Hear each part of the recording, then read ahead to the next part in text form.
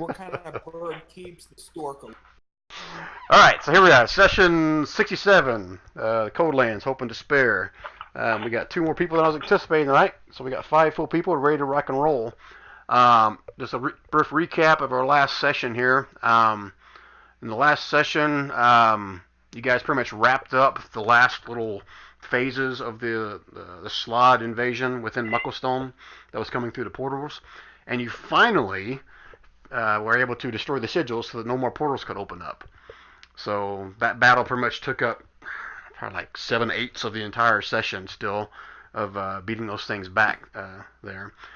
During the fight, at least 2 of you noticed something strange whenever you got struck by a couple of the Slotty. And I think Twig, correct me if I'm wrong, I think you noticed like Buttercup like licking one of her wounds like kind of more with more vigor than normal or something like that. So you just knew something potentially could have been up with her as well. Does that sound right?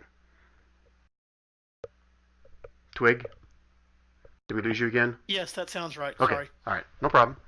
So you guys, not sure exactly what happened, but then I think it was Quarren that we said that kind of chimed in about how he had experienced other folks that were injected, infested, whatever you want to call it, with some kind of a tadpole creature that I think you discovered back in Injas that was probably something from the Slotty. Now, while Quarren was in Jas, and this was before any of you guys else were part of the party, I think it was even before Usul joined the party.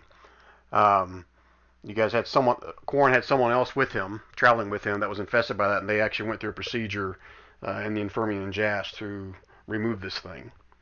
So Quarren would have shared some of that information with Silith and Toman, ironically the 2 people that aren't here tonight, of what exactly he saw and heard of while in Injas, and that kind of freaked both of them out. So those 2, along with Twig and Buttercup, went to the infirmary to see if they could find out more, or potentially find out if they were possibly infested with this thing. Quarren, we decided last time, and I think Quarren, you're okay with this, we decided he was going to head back over to the Swift Sparrow to speak with the crew of them, because he knew them from past adventures, again, before the rest of this group was together. And one of them actually supposedly died from something very similar as well. Now, I think at the time, correct me if I'm wrong, Quarren, when that happened, I don't think you guys really had any idea that it had anything to do with the Slotty or a tadpole, whatever, because when you found him, he was already dead. Is that correct? Yeah, I don't think we had found it in Azyria. I think that was a bit later. We had finally found out someone else had died from that. Right. So you were going to go back to Swift Sparrow to kind of ask them more about that, and ask them possibly about your blue vein thing, which out of character, you and I kind of talked about that back and forth in emails as well, that you know something is up now since this blue ice thing kind of erupted from your hands in this last battle. Right? Yep. Okay. Let's see what else. Sylvia and Usul decided to stay back at the battlefield. I think they were going to try to, I'm not sure what they were going to do, maybe investigate some of the Slotty corpses for something, more clues. And Dr. P is a big question mark. So, Rand, since you're here, what would he and Baymax have done after the fight? I was thinking about that. So, is there anything to be learned from the portals? Should I stay behind with the other person and kind of look at it? Or, I mean, I'm thinking that Dr. P is going to be out there tending to any of his fellow gnomes and helping them kind of rebuild defenses, things like. Okay. So you're staying out in the battlefield, or are you going to head back into town to kind of talk to more of the, I guess, for lack of a better term, the City Watch, which are called the Bouncers within Mucklestone? It really depends on kind of what the need is. So if there's things to do out in the battlefield, he'll stay in the battlefield. If there's not much, or they're just kind of wrapping up and getting bodies collected and stuff, then he'll come back to the town and figure out how to best prevent this from happening again. Okay. So before I can answer that, I got to kind of role play with Usul and Sylvia, what their intentions are out there. So you'll see them 2 in the battlefield trying to maybe look at some of the corpses. Now, whether that piques your interest, like I said, after the battle was done, a lot of the Mucklestone guards, the bouncers, along with some more Elven Rangers came out of the forest, have kind of created a perimeter around where the battle took place, and they were starting to kind of collect some of the dead and put them up in piles to move them away from the sigils, which you would know that the sigils have all been pretty much destroyed or made inactive, so to speak, because what they effectively did is destroyed the actual rune or sigil that someone has to know on the other end in order to teleport there. So basically, nobody's going to be able to teleport in or out using these sigils for the time being until they get recreated or refurbished or whatever you want to call it. Does that make sense? Now, have we done a thorough search of the surrounding whole area of Mucklestones to see if there's any more of these teleportation sigils that we might be able to find? You will know just from being from this area that those were the main sigils that were used throughout, I guess, really Faerun, not just the Codelands, to transport people to and from Mucklestones. Other than those that have, the teleportation spell themselves. The closest teleportation circle to here would probably be back in Bildubaris. All right. Well, that's something to consider. Like maybe we should think about warning Bildubaris of a possible invasion similar to what we saw. Okay. Now there is one more thing I want to share with you, Rand, and just so I'm clear, Twig, you said you were from Telflam, right? Didn't spend hardly any time here in Mucklestone, is that correct? Correct. Okay. And Sylvia, since you are a sorcerer, and you were from this area somewhere, correct? Sylvia? Did we lose Sylvia? Looks like your mic is on mute, Sylvia. Oh, sorry about that. I fubbed it. Anyways, yeah, I'm from this area-ish. Maybe like somewhere a bit more rural. Okay. But like still ties in and around that area. Okay. So I want you to give me a history check along with Usul and Korn. Usul and Korn, your DC is going to be a lot higher. I'm only letting Sylvie do this because of her sorcery background, and you have no idea where this is going, but just do those rolls for me, please. So history check. History. Sylvia, whisper Usul, and Korn. Whisper or open? Whisper it to me, please. Okay. While we're doing that, I'm going to switch to the town map.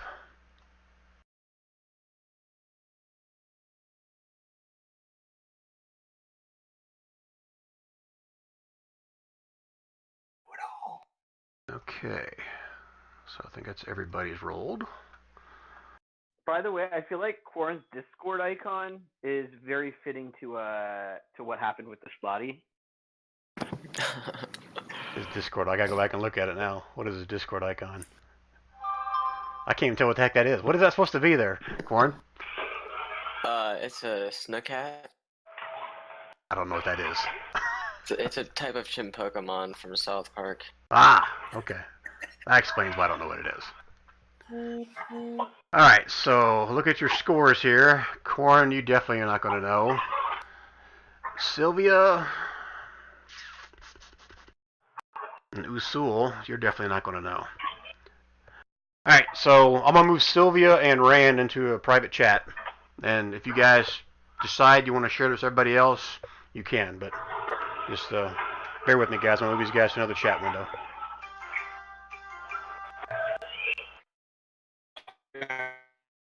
And Rand. Alright, fellas. You guys hear me okay? Yeah, absolutely. Okay. Alright, so how can I gotta be careful with this. Alright, so Sylvia, I'm gonna say you kinda heard some of this, so don't metagame this too much. You're not gonna know all the details that maybe Dr. P would know. So Dr. P, you know the history of Mucklestones. The Mucklestones themselves that are inside the keep when you guys first came in, that's what this village is known for. And the history behind Mucklestones is these are like some kind of ancient I'm not sure if it's magic, arcana, old technology. You're not sure what it is, but these stones themselves at one time had some kind of teleportation or very powerful magic capabilities of them. That's part of the reason why this Mucklestone village is here and why there is a circle of Leth, and the gnomes here kind of do research among us to try to find out more about them. The Mucklestones will shift and change positions several times a year, sometimes not at all during a year. But they're very strange, everybody. And so everyone believes there's some kind of a teleportation power within these stones, but no one has ever actually seen it work. But that's part of the reason why they keep them within this keep, and they keep it kind of safe and secret. Okay? Oh man, is this unlocking any new secrets? I mean, does Dr. P like sense any kind of revelations from this to where like this might be something groundbreaking for the city itself? That's up to you. I mean, he's your character. All I'll share with you is just what knowledge you know about these Muggles. That's the whole reason this city was built, was to study these stones and to protect them. Have we seen enemies use them like this in the past, where they've teleported in, and it's been almost a siege on the city at our gates, without warning? So let me make sure I'm clear on this. So the stones that you guys are out there fighting at, those are not the Muckle stones. Those were constructed just for teleportation of people visiting. The actual Muckle stones themselves are within that center building on the map you see right now, where Didymire is. Sir Didymire is. Right. That's where they keep everything inside the keep. If you remember when you guys first went in, the entire circle inside of the lower floor of that is grass with these giant stones kind of in different shapes sticking up out of the ground. That's the actual Muckle stones themselves. Does that make sense? And there are strange runes upon those that fade, sure. And new ones appear for no reason whatsoever, and that's part of the study and the reason why this whole thing is here. Does that make sense? Yes. Okay. Right. Any questions on that from either one of you? No questions here. Okay. All right. So let's move you back to regular chat. You guys can share that if you want, but that's your little bit of information you just gained. Cool. Thank you. Quick, quit talking, Corn. I don't know what we're up to. Shh. No, I got my other phone on you guys. I heard every single bit of it. It's recorded. I'm sure you did. Did my message about someone better be playing Careless Whisper go to the whole group? Yeah, it did. And I think Usul is having trouble with his mic. Usul? Yep, not hearing him. Well, for those of you guys that didn't hear, Usul was actually working, I think, off of 2 phones, because I think his internet was down because of the snow, whatever's going on over his area. Dude, this is a crazy storm. Is anybody else being affected by this? I guess we're supposed to get like I think we're actually kind of mild up in Michigan. It passes below us, but it's like 6 inches. All I know is that this weekend it's supposed to go down to -30 in Toronto, which means we might get snow, we might not. I don't know, but we're supposed to get a lot of snow. You'll kill off half your homeless population, that's for sure. Pardon? Pardon? Any of your homeless? I used to do rescue ministry, so yeah, the homeless people die. Yeah. All right, well, getting back to D&D. Oh, sorry, I didn't mean to laugh maniacally when I said that. It's a bad. Yeah, no worries. All right, so I'm going to try to figure out how I want to break this thing up here. So as you guys came into the city, Jodell and Brevin kind of went off on their own having a conversation. So maybe Brevin back down here with Jodell. Since Silith and Toman are not here, we may end up role-playing exactly what happens to them since Twig's over there. But I want to start off with Corn. Actually, before I do that, Dr. P. So based on what I just told you and what we talked about before, are you going to stick around with Sylvia and Usul to kind of study the battlefield over here? Or what is your intention? No, I think if Sylvia and Usul are doing that, then I trust them to bring back some knowledge that they glean. I'm gonna go inside and see if there's any I want to really offer my services to any kind of machines that need to be repaired, things like. Okay, so if you're looking for machine repairs, most of the repairs done at some of these miscellaneous shops down here, in this little district down here, as well, the junkyard or miscellaneous, constructs that nobody really wanted to keep go, but that's where a lot of spare parts and stuff are that they can be working on those or fixing them up if that's what you want to do. No, I want to set up shop outside the Pebblestone's preposterous emporium as offering free repairs to constructs who fought in this battle to protect our city. Okay, that's cool. Yeah, you can do that. Now you'll know that some of them stayed back at the battlefield with some of the bouncers that's kind of helping to secure that perimeter. But yeah, some of them will be kind of strolling in over the next several minutes as well. Perfect. Baymax will help point people to me. Okay. You can't point, but that's cool. All right, so let's come back to you. A lot of pointers, but he's going to try his best. Yeah, he's going to point everywhere. All right, so Quarren, you're making your way back over to the Swift Sparrow, correct? Yep. Okay. So as you get a little closer, you'll see that some of the crew are up on deck, but Nimba was actually down on the ground and kind of keeping a watch down the pathway there to the battle that just came up, and he's the first one that kind of waves you as you're making your way closer to the Swift Sparrow there. I wave at him. Long time no see. It's like, yes. Oh, Quarren, it's so nice to see you. I'm so glad you're alive. Jimba told me he met you back at the infirmary, and I guess you were probably a little bit surprised. You probably hadn't heard that he actually got his tongue back. And I tell you what, after all those years of him not having a tongue, it was almost forgot how nice it was until he got his tongue back. And oh my God, has he been talking in my ass off? But anyway, enough of that. I saw what you guys did down there. I could kind of see in the corner of my eye. It's such a gruesome battle, but I'm so glad you guys prevailed. Tell me what have you been up to? Tell me what's going on.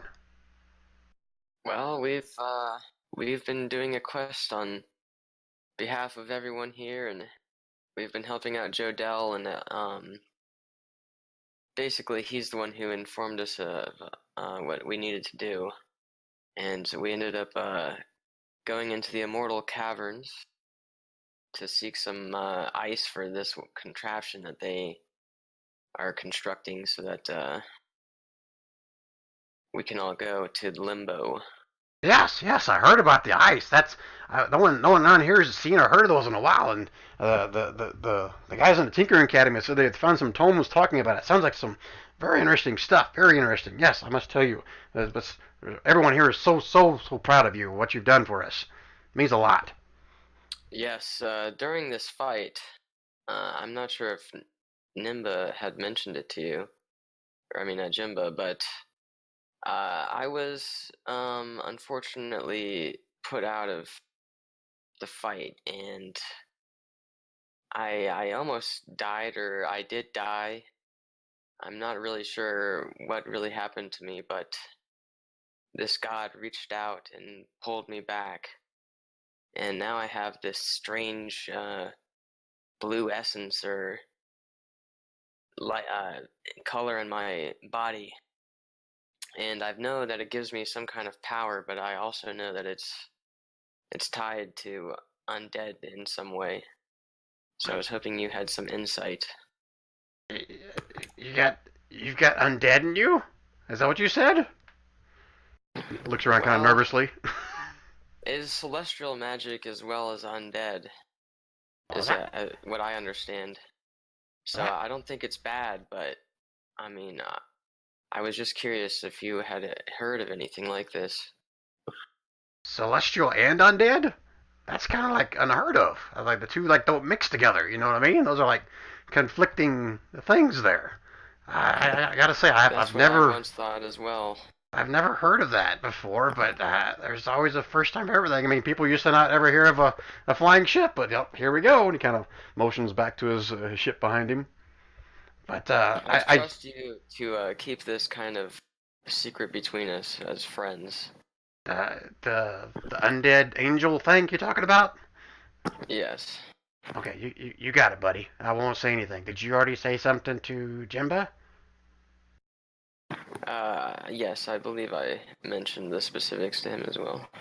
Well then, evidently he's done a good job of keeping it secret. He didn't say anything to me about it either. So chances are he hasn't said to the rest of the crew. Have you told anybody else about this? Just a couple of my party members know, and that is all. Okay, very well, very well. Well, do you want me to reach out to my contacts here in the village to see if any of them may know something more? Or how do you want to approach this? Well, if you can reach out without implicating me or my friends, then yes, but if that's not possible, I'm not sure. I thought you had a comrade who had something similar and died. Oh, but he didn't have the blue undead celestial thing. That at least I don't think he did. You talking about Jimba? Well, I mean, he was brought back. I was curious if he has like this undeadness in him as well. Maybe it's just part of the magic that brings us back to life. Oh, you're talking about. He kind of holds one hand up next to his mouth and says, "You talking about the Vecna thing? Is that what you're talking about?" Yes. Oh, yeah. That's gotta keep that under wraps.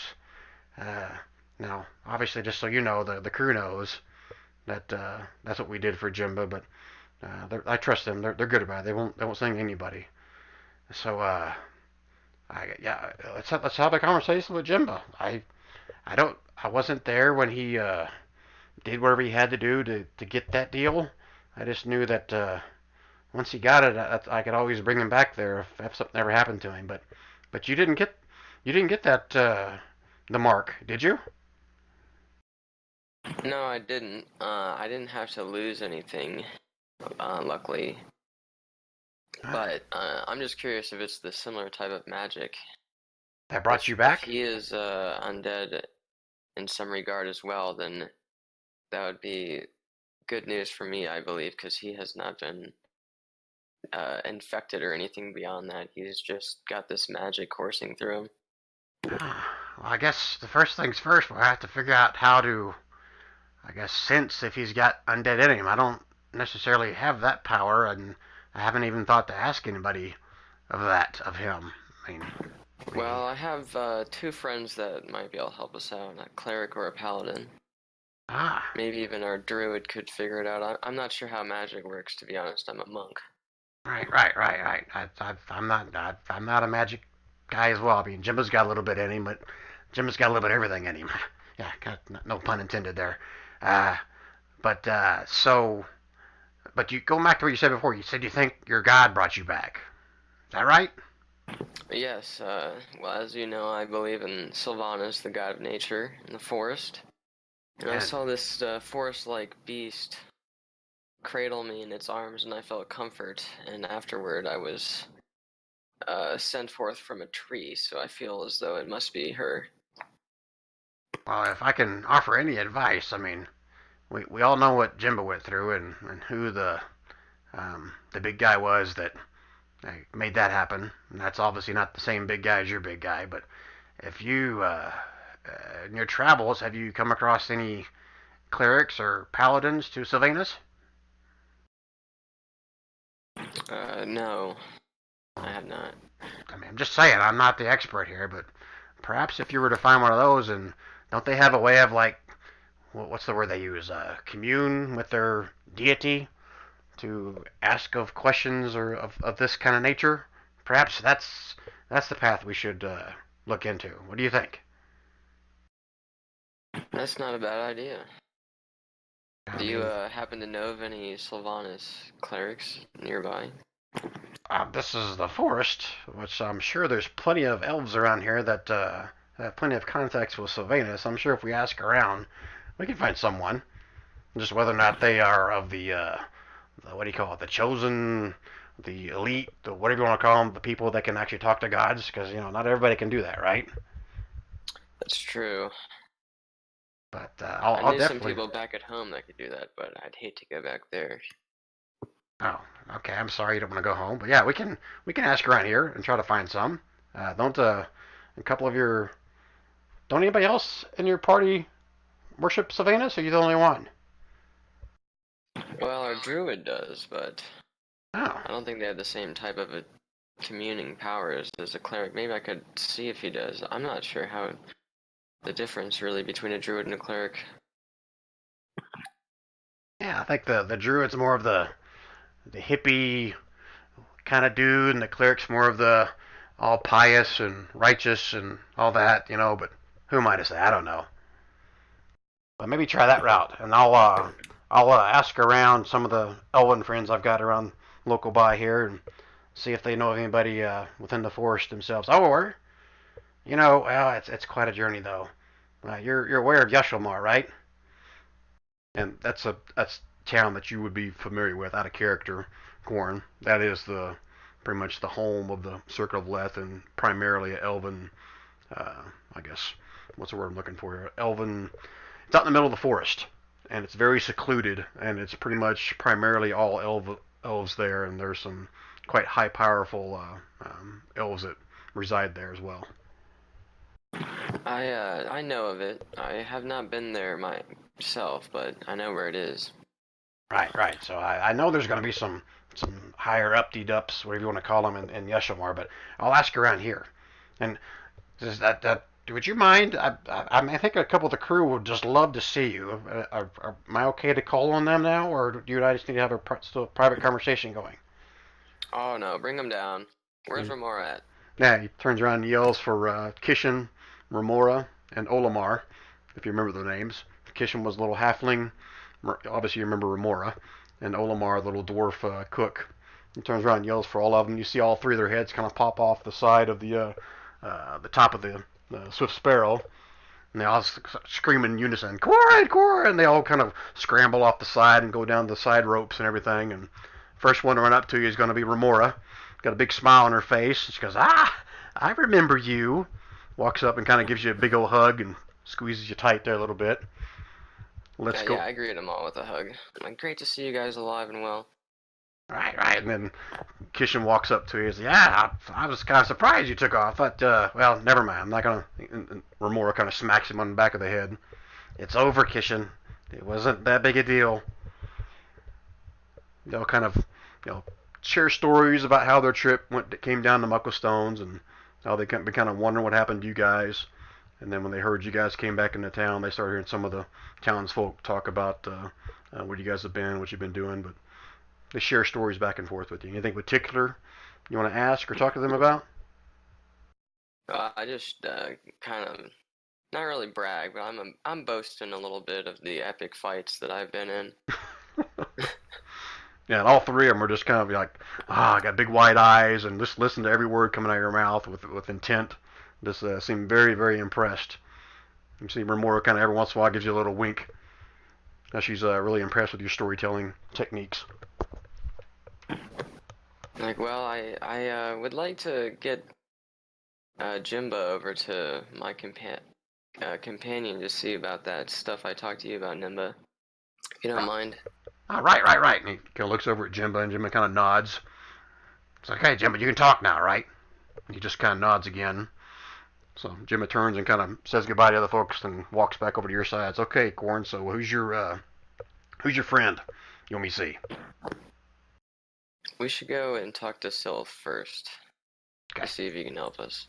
All right, that's fine. So do you know where Sylph is? Yeah, sorry, I just approached Sylph. Sylph's at the infirmary. Once we walk in, I ask him if he can look over Nimba the same way that he did me earlier to see if he could detect that undeadness. Okay. All right. So go ahead and move yourself over to where Silith is. Then I'm going to switch down to Sylvia and Usul next, if you don't mind. I didn't see my token. I see it. Okay. You said you're bringing Jimba with you? Yeah, sorry. I keep getting them mixed up. That's fine. I do too. So let me move him over here with you guys. And we'll pick back up on you in a second. Can you guys hear me now? Hey, good timing. I was going to return to you guys. Well, Welcome back. I was waiting there to make sure. I didn't want to interrupt you guys, but I've been on, so. No worries. Yeah. All right, so Sylvia and Usul, you're in the battlefield, the carnage. with a lot of the guards from the town and also the elven guard from the nearby forest with a perimeter. What's your guys' intention? This right here. Nah, he just whispered something to me, guys. You guys can't see that, but go ahead, Sylvia. Oh, I'm sorry. It's fine. Okay. Sylvia, you were going to say something? Yeah, seeing as I haven't really interacted with Slotty up close, and they kind of look like some animals I've never seen before, I'm kind of like looking at them, trying to figure out a bit more about, I guess, them as a whole, and then look at them, see if I can find any weaknesses with them, and then also look to see if there's anything on the battlefield that might be of use that one of them dropped or the. Okay, so dropped. two things. One, if you're trying to find out something about the Slotty, tell me again what it is you're trying to do and how are you going about it? I guess kind of like when you encounter something new, you want to explore it. So I don't know if that means cutting it open or sort of going over the body a little bit, just because I haven't seen one other than before, and where I come from, that's kind of a rare thing. So Okay. I'm genuinely curious, interested. Okay, that's why I'm asking. Like animal people. Because you said both things. You said, you're going to cut it open, or you're just going to kind of inspect it along its body. I mean, you would know right off the bat that none of them had weapons other than the gnolls and the centaurs. The Slotty just used their own natural claws and fangs. So I guess my question. I probably want to. Go ahead. I probably want to cut them open a little. Okay.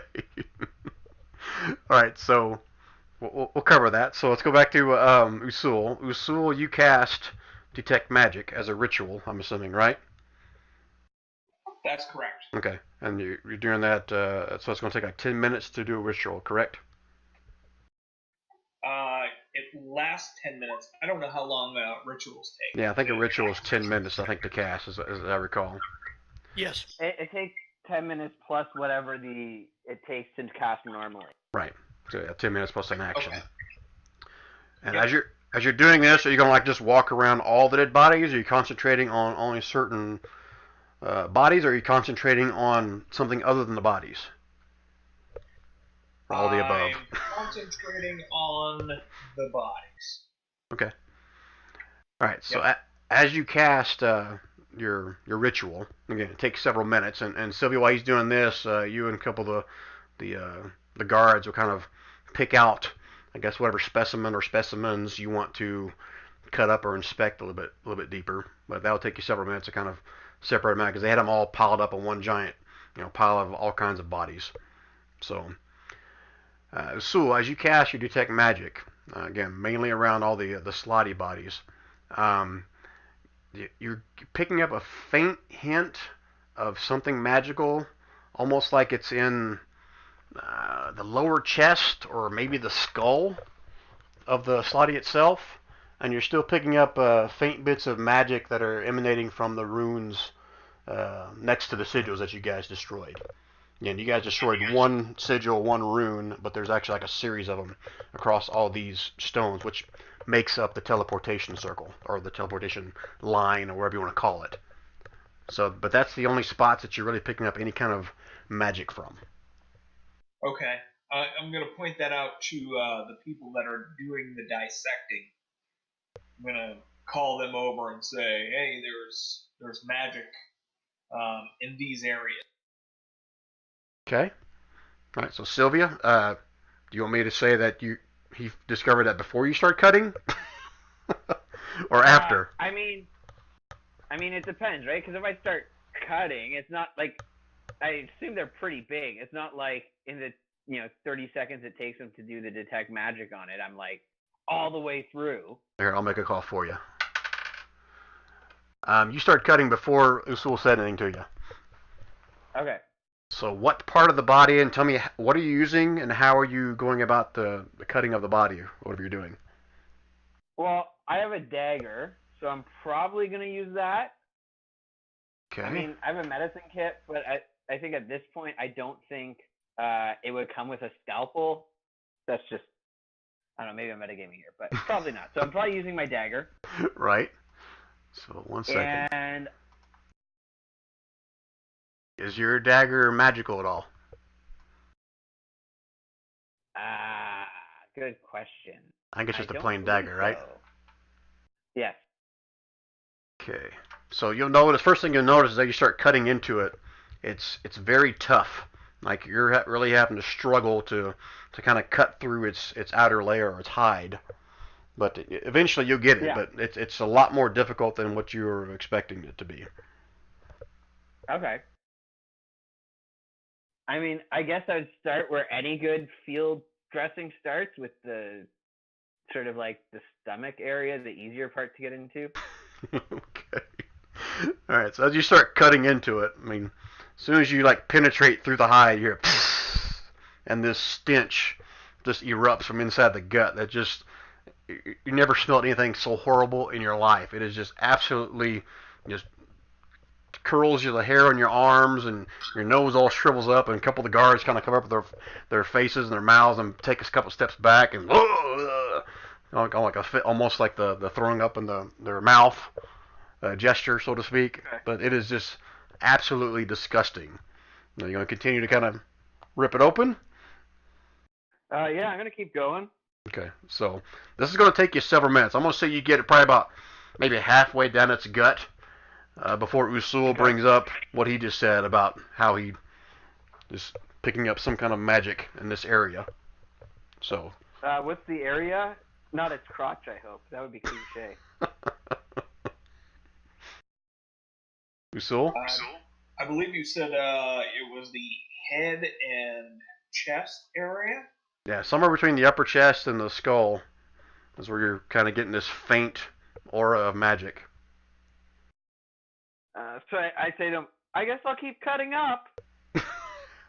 And I don't know if Daisy is interested in this at all, but she might be hungry. I don't know. Oh my gosh. Well, that's your call. You want to let her see if she wants to eat some of it? I'm probably not, because with that stench, I think the meat's rancid. Alright, so as you start running your dagger upwards, and you start to kind of hit some of your assuming bone structure inside there, your dagger is just not quite, it's not strong enough to get through the bone. And you can tear through the flesh, but you're not getting, behind any kind of a rib cage or anything like that. The dagger can't quite get through that.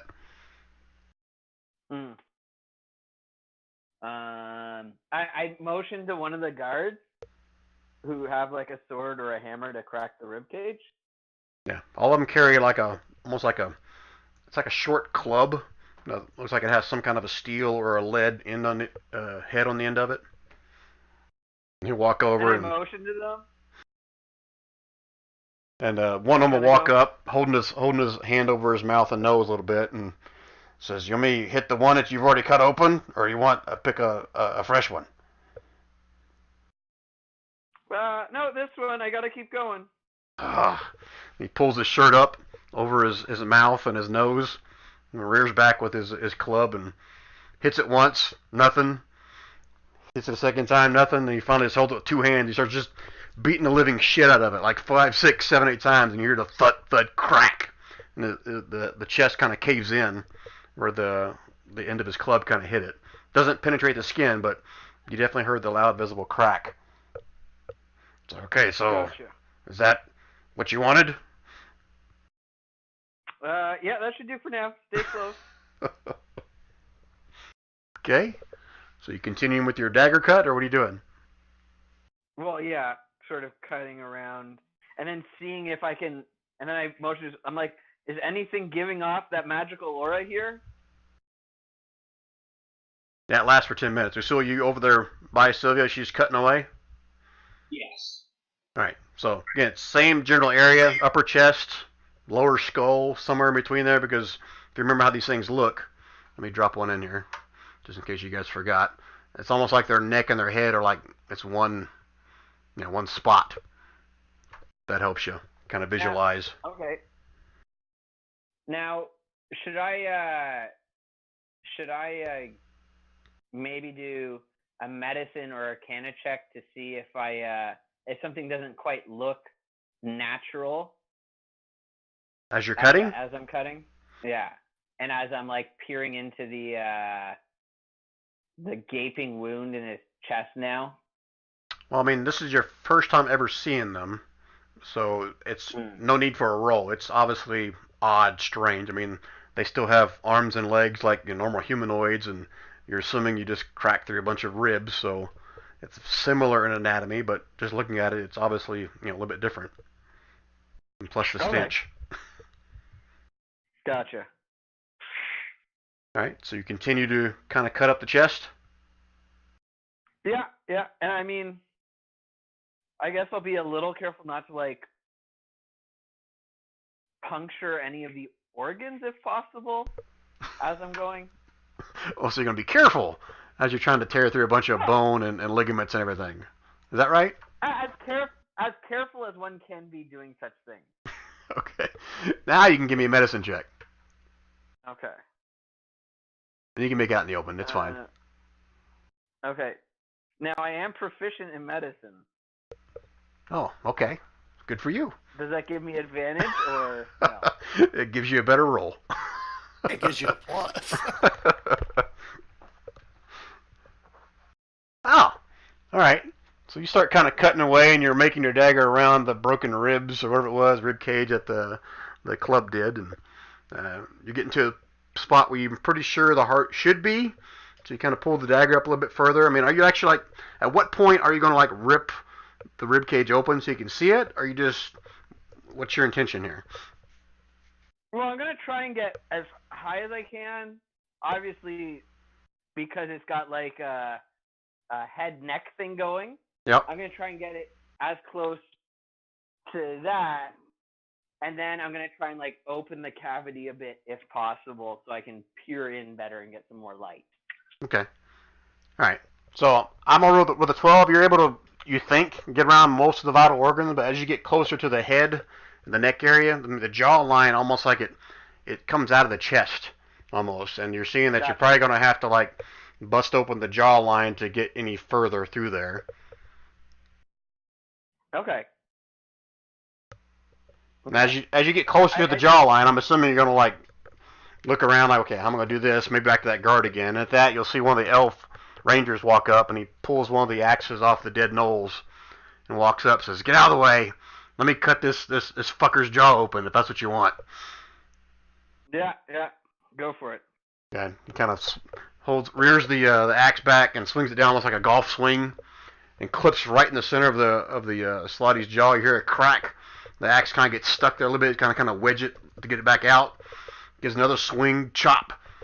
Third swing, chop, and his bottom jawline just splits wide open, so you can see like his throat and whatever else was inside there, and his jaws are all laid wide open there. But at this point, it looks like still a bunch of blood and guts. Okay. I'm gonna sort of like, I guess, I don't know, root through the guts. Like, I want to like see if there's anything that might look like another animal's organs, and I can be like, oh, this looks like a heart, or oh, this looks like a whatever. Okay, so you're digging in there with your bare hands? I mean, I don't think they have latex gloves in D&D, so Nope, just leather gloves. just leather gloves. Well, I don't know if I have a pair of leather gloves, so Well, if you ask, one of the other guards will hand you theirs. Either the gnomes, which would be probably a tight fit, or the elves will have some as well. yeah, I'll see if I can get a pair from the elves. Okay. Usu, what are you doing while Sylvia's playing doctor over here? I'll give them back. There's no other magical sign. Yeah, it's still emanating somewhere underneath after they split the jaw open, where Sylvia's talking about digging her hands into. That's where you're sensing that's where the aura is coming from. Okay. I'm just going to point out that more, but try to help them hone in on it a little bit. But you also said that there was another spot, like where the the sigils were, maybe? Yeah, some of the other runes that weren't smashed on the sigils are still emanating magic, which is you would know that's normal. Those are you gotta basically complete the entire sigil to complete the teleportation circle. And by destroying just one of those sigils, you basically rendered that teleportation circle inept, can't work anymore. But the other ones are still kind of emanating some kind of magic, although they can't work without that one that's been destroyed. Does that make sense? Yep. Yeah, so that was the other magic you were picking up on. Okay, I'm going to go ahead and try to go around the grounds there. Seems like we're in a kind of a boxed-in area. I'm going to go ahead and do the whole perimeter and try to look for anything else. Okay. All right, so while you're doing that, making your rounds for, again, this is 10 minutes is all that thing lasts. You'll pick up similar, I guess, auras of magic within these slotty, just like you did the first one that Sylvia's over here operating on. Okay? Okay. All right, so Sylvia, let's get through this. You're going to try to dive your hands into this mess of blood and guts of his split open jaw and open chest, correct? Yeah, because somehow I don't think a mage hand gives me that feel. I don't know. Won't know until you try. But you said you're trying with your bare hands. Well, I'm wearing leather gloves then. Yeah, okay. Alright, so as you dive deep into the throat area, you're kind of feeling around. You can feel some of the upper portions of the rib cage, and you're kind of, well, that's the throat. Well, yeah, that's the esophagus, and there's the voice box. But you're rooting all around in there, and there's no need to make a roll for this. You'll eventually, if you spend enough time, you reach up and kind of behind, almost where the base of the skull should be. There's not really a skull there, but that's where the base of like this thing's head is, and you can feel there's some kind of a very hard, smooth. You're not sure if it's a stone, if it's like bone. It's something very hard and almost not cylindrical, almost like an egg shape, right at the base. Egad! What? What's that? Look at what I found. I just like hold it up. No. It's stuck in there. You can't pull it out. I'm saying all you can do is feel it. You don't see it. You can feel it with your hands. It's like stuck in there. Okay. If I feel around, do I feel like, you know how an eye has like that optic nerve that holds it in place? Do I feel anything like that where I think if I cut it, I could pull it out? Yeah, as you feel around the entire thing, kind of getting you're almost like elbows deep at this point in this thing. So the gloves do good for your hand, but the rest of your arms are getting just covered in all this nastiness. But as you feel around it, you can see at the almost like the where it tapers a little bit of the egg shape. There's like some kind of ligaments or sinew or something in there that go further into the skull or the front of the face of the slotty. Okay. Then I'm gonna take my dagger and try and get in behind and cut it out. Okay. Just like. Okay, so for this one, I do want you to give me a medicine check. Okay. Just don't roll bad. Oh, famous words from a DM. Don't roll bad. I got this. Let's put on scissor up. Okay, there you go. That's good enough. So yeah, you have to work on it a little bit. I mean, it's some really tough stuff, but you go at the base of it and kind of like sawing at it, and eventually the sinew kind of pops.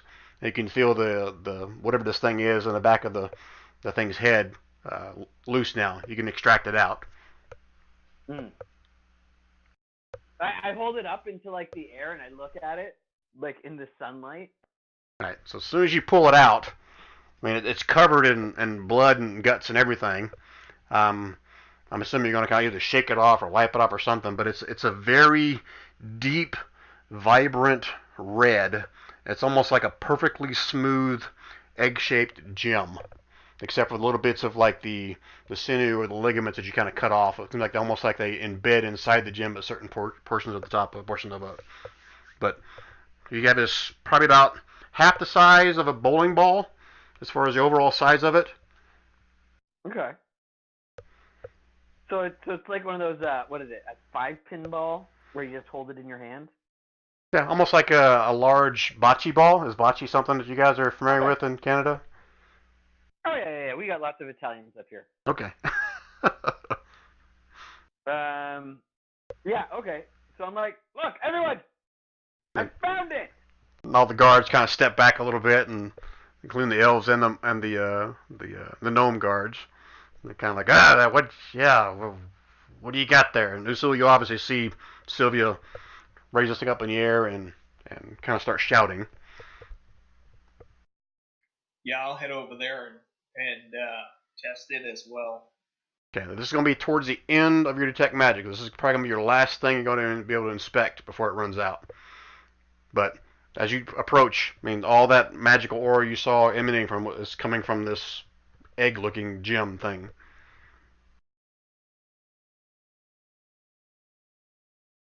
And what do you want to do with that information? Is it magic, Doctor?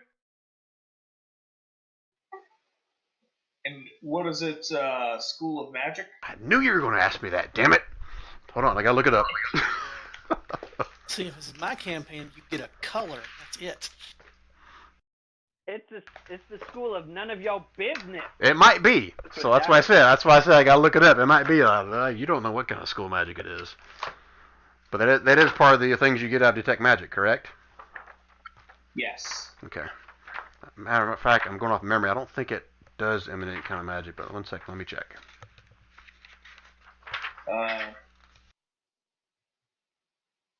Says if you see a faint aura around any visible creature or object. That's it, Usul. You immediately get struck by lightning and you die. There's no looking up the stuff in the master manual. No metagaming. No. No, this is on the magic. Okay. Oh, I thought you were asking about the detect magic spell. Oh, no. Sorry.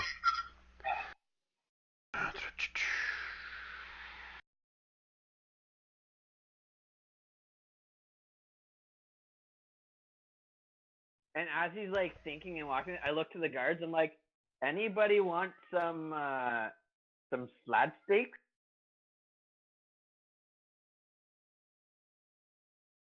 Okay. We need some dragon ones. Slotty can't be bad. Alright, so roll me an Arcana, Usul. And that will determine what I say for this. Can we do perception instead? No, we cannot. Can I give him? Oh, can I give him advantage on the Arcana? No, I'm rolling. This is kind of in conjunction with his detect magic. So he's trying to determine what school it is. That's not exactly something you can get advantage to. Now, so you're not. This is not resonating with any of the schools of magic that you know. Okay. So it's foreign to me. Yes. Well, maybe we should bring it back to Jodelle. She might know. But in the meantime, I think you guards should take it out of the other slotty just in case. Looks kind of important. So I mean, what other creatures have this crystal thing inside them? No, by the way, describe it. just to reiterate or remind you, you're like elbow deep in a bunch of nasty ass smelling, gross, slutty guts that just emanates and it's like worse than a skunk at this point, and everybody's kind of giving you your distance. As I'm doing it, I'm like, oh, I think you all should take it out. I showed you how to do it. I think that's enough. So give me a persuasion check then, Sylvia. Oh. Because, I'm so...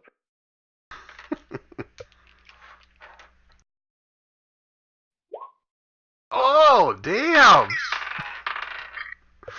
Alright, so several of them kind of look at you and they're still holding their nose a little bit, so that's something that the infirmary should do, but oh shit, they're busy. Come on, guys, and they all pick up their maces, and a couple of the elves grab a couple of the axes from the gnolls, and they start hacking away.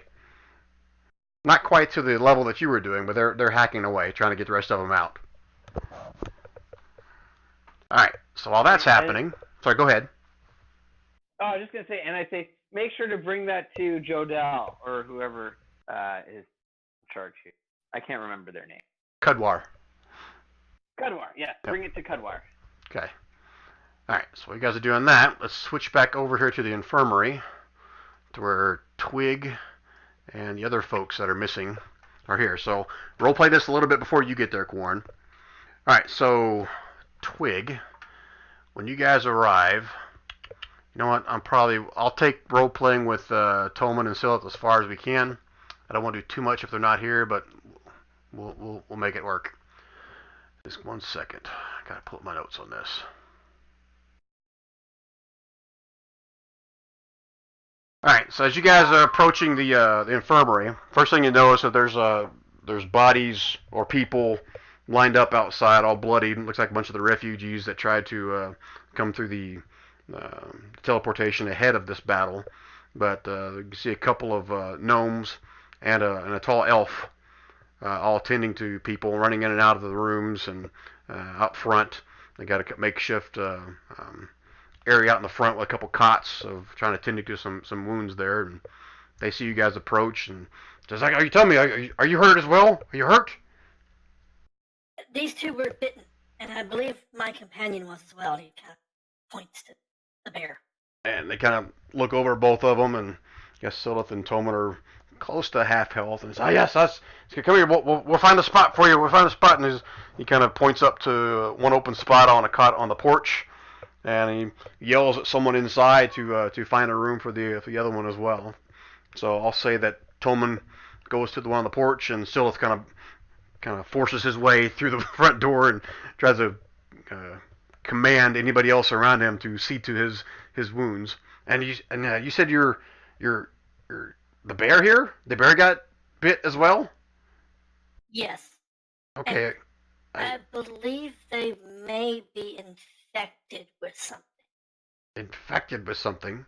This is a little male gnome talking to you. His name is Singo, Doctor or Infirmary Tinklemound. Okay, so infected. Yes, I remember Yes, go ahead. More like possibly injected. Injected. You hear him yell into the building inside. Says, Jindu, I think this is what you were talking about.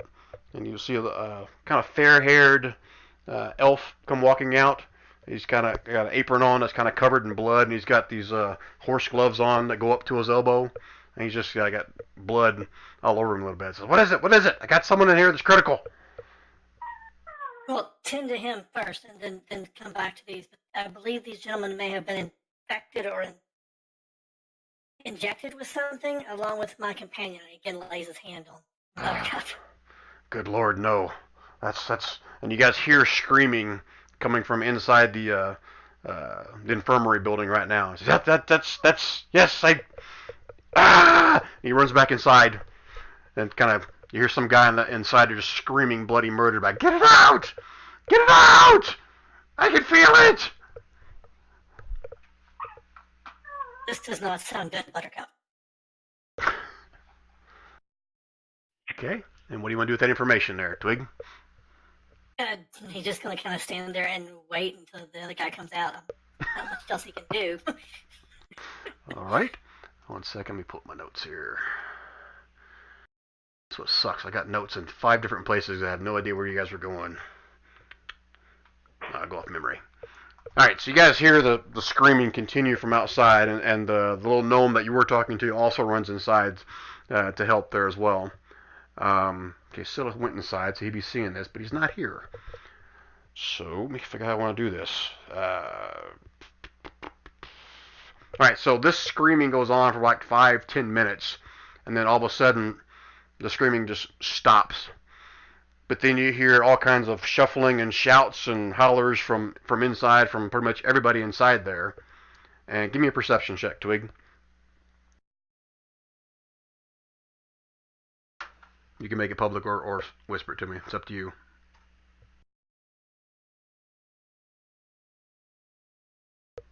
Okay? You watch as like 3 or 4 people just come falling out of the front door like they're running away from something.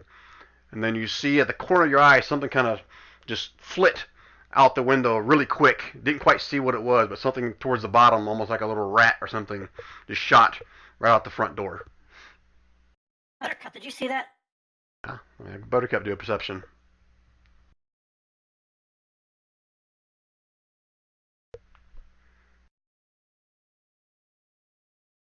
Roll that. I don't see it if you rolled it.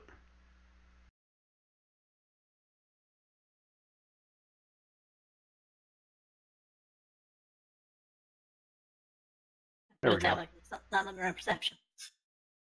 Ah, okay. Yeah, so she gets advantage on because of smell. Is that right? Correct. Let me roll that again so you get it both ways. Yeah, as making sure you didn't get like a critical success. But yeah, with that, you see her kind of turn her nose a little bit, and she kind of looks over in this direction on the corner of the building. If you can see where I'm pinging here. Oh, that'd help. I wasn't on the GM layer. Yeah, get him right there. Around here. Buttercup kind of makes her right way to the corner of the house over there. Yeah. Twig goes with her and pulls out one of his hatchets. All right, so at this point, I'm going to need both of you to give me one more perception check. See if you can find it. Again, hers will be with advantage. There's hers.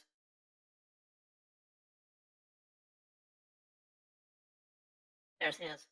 Okay. All right, so you don't see anything. Twig doesn't. But Buttercup kind of darts off and snaps at something in the corner. Go ahead and roll for an attack. I'm assuming that's what she would do, correct? Yes. Ah! And you see her put her mouth right into a little bush, and you hear, and she pulls it out, and inside her jaws there's some kind of a weird-looking slug with little bitty feet on it, and almost like a big flat tail at the backside of it. And you see it kind of trying to snap back out of her, but she's got him caught in her teeth in such a position that it can't quite turn far enough to snap at her. It's still alive. It's screaming or writhing or whatever right there, but Buttercup's got it right in her jaws. He rummaged around in his stuff and grabs a leather sack from his gear and he has her drop it into the sack. And he ties the sack tight, goes back in with the sack. Did you lose something? What kind of sack was it? A leather one.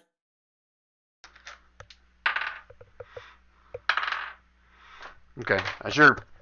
Are you carrying it close to your body? No, probably not, because it's probably wiggling. Okay. He's only a gnome, so it's not that far away. All right, so as you're kind of walking up there with this bag outstretched from your hand, you'll see several spots where you can see a mouth or something kind of biting at the leather inside of it, trying to bite into it, but nothing seems to kind of break through. As you make your way up to the... Go ahead. He'll take his axe, and every time he sees this, smack the side of the bag with the axe. Okay. And as you make your way up there, everyone else is kind of just spreading out and giving you room, making a wake as you walk up there. And as you approach at the front door, you see the same elf in the big apron covered in blood kind of walking out. Says, "Oh, you caught it! You caught it good! We need... Oh, shit, it's in a leather. We can't do that."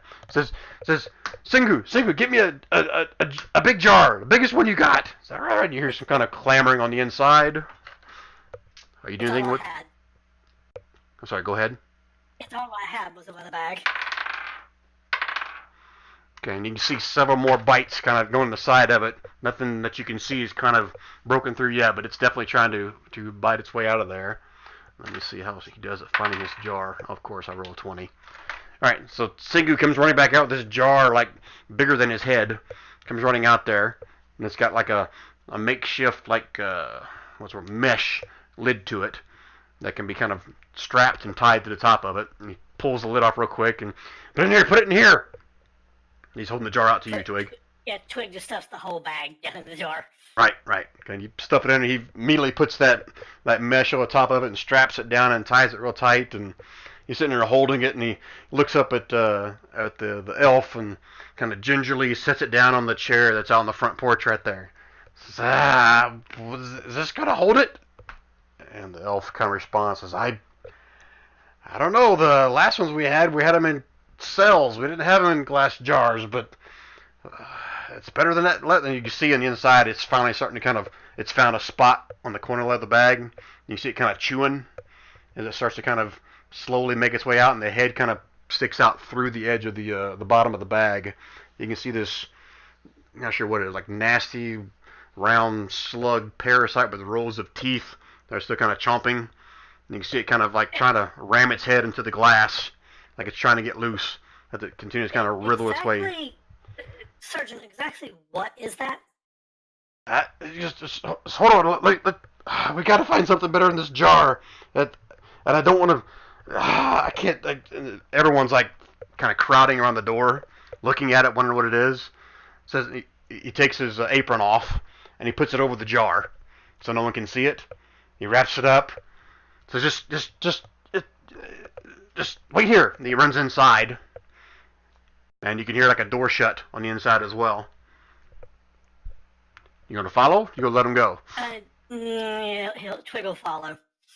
Okay. As you make your way inside, Singu did the same thing. The little gnome that met you at the front door as well. Just said you have like. Buttercup's been coming along the whole time. At this point, the room's kind of cleared out. Everyone's either right at the edge of the room, or they've kind of actually left the building since this little thing came loose. And as you walk in the front door, you'll see one cot up on one side of the room, where there's a looks like a human, female. It's lying there with basically her entire gut kind of ripped open, and she's just covered in blood, but her eyes are open, but it looks like she's, from what you can tell, she's dead. And you can see the trail of like blood that kind of comes off the cot onto the floor next to her. There's a trail of blood that kind of made its way to the door, kind of almost in the same spot where you're assuming this thing came from. And It just kind of takes all of it in. And Singu, the little gnome, will kind of look at you and say, you have experience with these things? Me? No, never seen one in my life. He says, okay, everyone just calm down. He kind of talks to a couple of his orderlies, and they go back to tending to some of the more injured folks. The rest of them, he kind of just, they're all kind of crowding around the door, looking in, trying to figure out what's going on. And Singu goes, well, just come with me. Just come with me. Very well. Hell, bring the bear. It did good at catching it. Bring it anyway. So kind of work your way down the hallway. And he walks up the door and he starts pounding on it. Says, Jindu, let us in. Let us help. It's like okay. And you hear it click, and the door opens, and you see he's got the as you guys walk in, Sinju immediately closes the door back again. Got both you and Twig, Singu, and the big elf named Jindu are all in there. He's got the apron off the jar, and you see the thing still kind of like writhing around inside the jar, slamming its head into the glass. You see there's one little crack that's been formed upon the side of it. And Jindu's looking kind of freaked out a little bit. So you see these little fuckers. I hate these little things. It's gonna get out. We gotta get something else to. We either gotta kill it. What? A chest. A chest. Yes, that's a good idea. Just Tingu, right over here, and he kind of takes a foot locker at the foot of one of the desks, takes it and just dumps all its contents on the floor, and he slams it on the desk next to the jar. Says, all right, so we gotta get him in there still. How are we gonna do this? Just put the whole jar in. The jar won't fit. Oh. The jar is taller than the chest is. Okay. You hold the jar over it. I'll bust the jar bottom, and then we'll slam it shut. You're talking to which one? The elf or the little gnome? The elf. Okay, give me a persuasion check.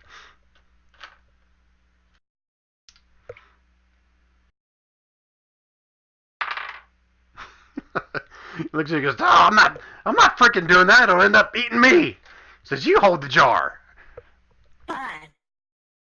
So that he kind of says, "Oh shit, you're kind of short." So he puts the chest down on the floor. So all right, you hold the jar. I'll bust it. And Tingu, you close the chest when it drops in there, okay? Tingu's like, okay. What about the bear? I don't know what the bear can do. What can the bear do? He looks at you. Buttercup, when he cuts it, sit on it. Alright, so I'm not gonna roll for this. So he takes one of his, I don't know what's he got in the room. It's kind of like a what the hell would he have in the room? Axe. Yeah, he's not gonna have any kind of weapons in there. It's gonna be more like a surgeon room. So he'll grab like the back of a tuning fork that he used to rip it out last time. This might work better. Oh yeah, okay. Take your axe and he'll say, "Okay, ready?" On the count of 3, 1, 2, 3, and he smashes the glass. It drops down on the floor, and you see it immediately kind of leap up. But Tingu slams the chest down on it. You can hear the thing inside kind of hissing and kind of still smacking up all the edges of the chest. Tingu kind of sits down in the chair.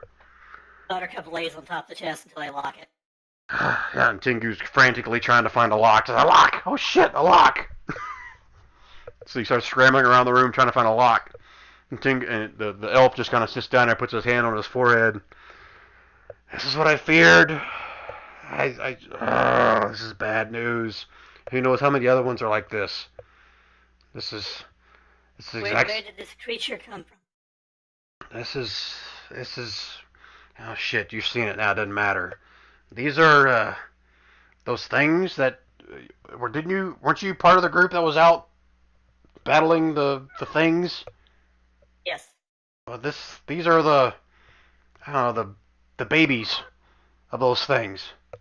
I'm still not sure how it happens, but they get inside folks and they use them as incubators, and they kill them when they come out. We had possibly be from a bite or an injection. The few I've had back in Jas, there was no signs of a bite or anything like that.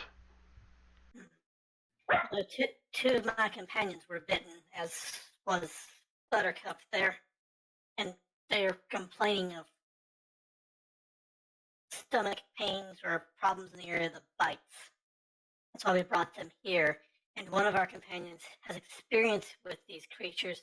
He went to fetch someone else who has as well that's in town. Oh, this is terrible news. Okay, let me take a look, and Tengu finally finds something.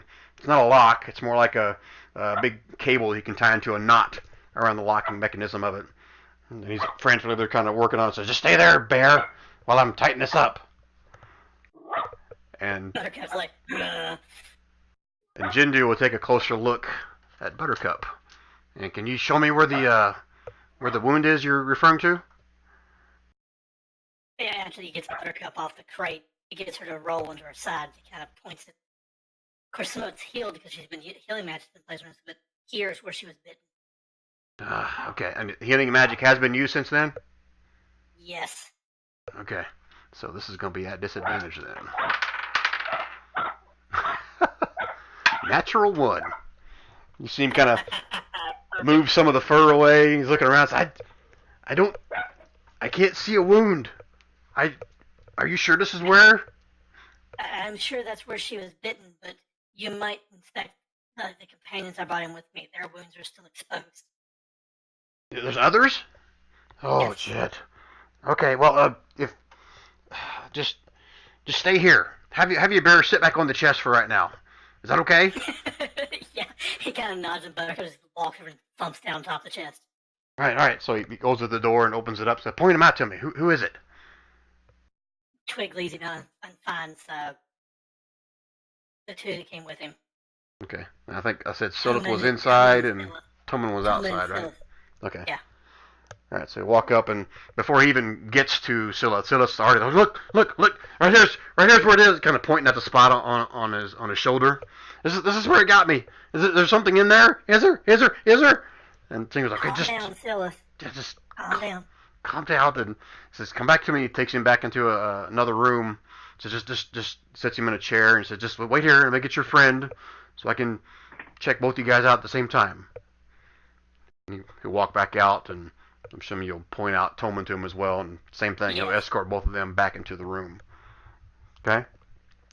All right, so here's how I'm going to handle those two. Since they're not here, I'm going to handle this interaction with them, either offline with them, or we'll do a quick little one-on-one in the next session. Is that okay? Yes. Okay. Roger. Right. All right, so anything else that you want him to go back and do with Buttercup, Twig? No, there's nothing he really can do with Buttercup until he figures out what's going on. Until that happens, there's not much I can do. Okay. All right. Anything else that you were wanting to do there? Nope. Okay. So as you get both of them into the rooms and it starts to kind of calm down a little bit, but all kinds of people are going to be talking. Corn, that's when you and Jim are kind of making your approach to the infirmary. And you see there's a kind of a small little crowd that's kind of gathered around the infirmary, not just of people that are injured, but people that's just like onlookers and whispers, and they're all kind of pointing around and trying to figure out what's going on. Oh, I will send a runner to the caravan to let them know where I'm at. Okay. As far as that you're at the infirmary? Yes. Okay. Yeah, you'll find plenty of onlookers there. It may cost you a little bit more than normal because nobody wants to leave. Everyone wants to find out what just happened here, but you can find someone easy enough. A copper coin usually does the trick. It takes you a while to find someone that'll leave for a copper, but you eventually find somebody. Okay? Alright, Corn. So as you approach, again, kind of played the scene there for you. All kinds of onlookers. You're not sure what's going on. What do you want to do with that information? I mean, I'll just kind of like walk through everybody. Excuse me. What's the hubbub? And you'll have several folks that are kind of just, chatty catty there a little bit. Oh, there's something. You know what happened? There was something that came out of there, and then the bear went after it, and we saw a bear kind of holding something in its mouth that was wriggling, and then a guy came out with a jar, and then they took the jar inside, and there's more people screaming, and then it came out and took someone else in, and I don't know what's going on, but there's something going on in there.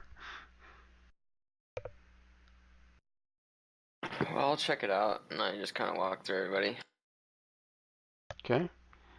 So as you make your way, I guess, up to the front door, again, same little female gnome will kind of see you approaching. Yes, are you injured? Let me see. And she kind of, without even waiting for an answer, starts looking at your arms and your legs and everything. And I see you've had a few blows, but you look fine. You look fine. Just let us tend to the more sick. If you want, just wait outside here, and when we get done with the urgent ones, we'll get you next. Is that okay?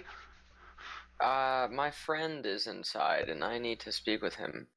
Well, there's Dragonborn. The Dragonborn is yours. Were you with him? Yes, we are companions.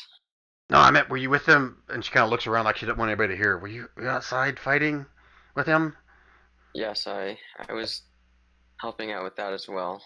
Okay, and Jimba, what are you doing back here? She looks at him. You're fine. There's nothing wrong with you. And Jimba kind of just shrugs a little bit. Says, we're here to, maybe help. Just let us see Sengu, will you? And she's like, oh, okay, fine, but just Jimba. And she whispers a little bit to him, just limp a little bit like you're hurt, okay? It's like, kind of shrugs, starts limping on his right side, gets a little bit closer to the house, starts limping on his left side, but able to get you guys in there. And she kind of looks around the room at all the people that are still bleeding. Okay, they're back in the. Oh shit! Just come with me. She kind of walks you up to the second door and knocks on it. Says, Jindu, I got someone here that was with our Dragonborn friend that may be able to help. And you see the door kind of crack open a little bit. Go ahead. That should be Master Corn. Okay. He opens the door up a little bit more and kind of greets Corn, shakes his hand, says, Jimba, you're what the hell? Come on in. And he kind of lets both of you in. And this is going to be, you're going to see Silith, right? Not Buttercup. Right. Okay. So they're in separate rooms. So, okay, I figure how I want to do this since they're not here.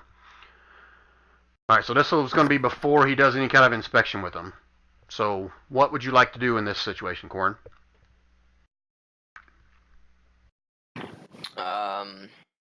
This is before Silith is getting inspected? Correct. So, I'll kind of like realize I have to wait for him for a minute, and I'll go into Twig's room and be like, you mind if we wait here? Got my buddy Jimba with me. Yes, you may need to speak with the surgeon concerning your knowledge of these creatures. He kind of looks over at the chest and goes, the Buttercup's we captured one. Oh, well that's could be bad. Oh, and I forgot a very important thing. Corn, as he would have opened the door to greet you, his face will look familiar. So give me a history check to see if you remember exactly who he is or if you just think he has a familiar face.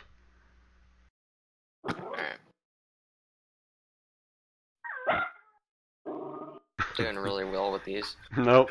He looks familiar, but he can't quite place the name. Let's see if he remembers you. A 1 and a 2. He just kind of pauses for a second as he looks at you. Yeah, just come on in. We That's both fine. stare at each other with sideways. Whatever. All right, so you go in the room with Twig and Buttercup then, right? Is that what I heard? Yeah, he's well, he was telling me that they need my expertise on that, whatever they've captured. So I take a look at what he's got Okay. to see if it's what I'm familiar with. All right, so at that, Jindu, the elf guy with, yeah, he took off his apron already. He's going to kind of, so you know something about these things that are eating their way through people? You got experience with this? Where did you find this? It was in a lady that was one of the refugees from Injast, came through here, and she was already kind of spitting up blood. I assumed it was from some kind of a sword or a arrow or something she took fleeing, but it turns out it was this instead. This is not the first time I've seen this. He goes, do I know you from somewhere? Troubling. I don't know. I was thinking the same thing, but no, probably not. Okay, so were you in the refugees from Injast? I was helping with that situation. Yes. All right, well, never mind. Anyway, so what do you know? What can you tell me? Anything new? Well, do you know what this is? This is a slotty or something that is like akin to a baby slotty, perhaps. And it goes inside people's ears, and it corrupts them, and we're not exactly sure what the end game of all of it is, but it's it can bring them back and make them undead against you some way. And at that, Jimbo will kind of lift up his shirt and show the scars on his belly. So there's some proof right here. I had one of them damn things in me. I barely recall seeing it when it came out, but I passed out after that. But yeah, what Corn says is true. These things are freaking nasty. And at that, Jindu will kind of pipe. Yeah. I've dealt with this several times back in Injast. I just wasn't sure where it originated from. We were able to extract a few of these and live for a little bit, but they don't survive for very long. It seems like they have to. I don't know. They can't survive outside of the body for so long. I can't quite figure it out yet, but yeah, we had this issue in Jazz. But so you said you think it goes in through the ears? That's what I believe. And then at that, Jimbo kind of pipes and says, I don't remember anything going in my ear, but hell, I've slept in some pretty bad places in my life, so it's possible something could have got in that way. It's the only orifice is just wide open, man. That Jimbo just goes, oh, I don't even want to think about that. That's interesting. It's interesting, but your friend here, and he kind of points over at Twig and Buttercup, says Buttercup got bit, but I don't see a wound, so I don't know how to verify if this thing is even there. Now, I know back in Injast, once these things gestate for a while and they get bigger, then we can have a better shot of knowing, number one, if they really are infested, and number two, where we could potentially perform surgery to get them out. But until it gets bigger, we'd just be cutting you open to cut you open. And he kind of looks at Twig when he says that. If it would count as a disease of some kind. Because then, if that's the case, we have a paladin that might be able to get rid of it. Shakes his head, says, nope, we've tried that back in Injast. That was one of the first things we tried to see if it was some kind of a disease or an ailment like that, but has no effect on these things. We had one fella even try to charm the damn thing before we went and did surgery, and that didn't work out so well. We got the thing out, and the fella lived, but that was that crazy fucker that burnt down the freaking apartment. But anyway, we've tried all kinds of things. Nothing has really had a really good success rate. Again, once it gets large enough, we can perform a surgery, but I've got like maybe a 1 in 10 chance of the infested person being alive after the surgery. It's very invasive because as we start to dig, whatever this thing is, it starts to dive or eat or maw deeper into the cavity because almost like it knows we're coming. Yeah, that doesn't surprise me. These things seem to have some kind of intelligence. No doubt. You saw the damn thing just kind of run out of here or slither out of here. What the hell it was doing? Things are freaking quick. What kind of magic have you tried? We tried to charm it. We tried to put it to sleep. We've tried to paralyze it. Other than that, the only thing we've been able to do is, if we get lucky enough, when we start cutting them open, is we get a hold of it. And that's like I said, we had several of them that we were able to keep alive for a day or so. But we haven't found anything that actually will kill it while it's still inside the infested. Interesting. Spidey! Shut up! Billison, come get this dog!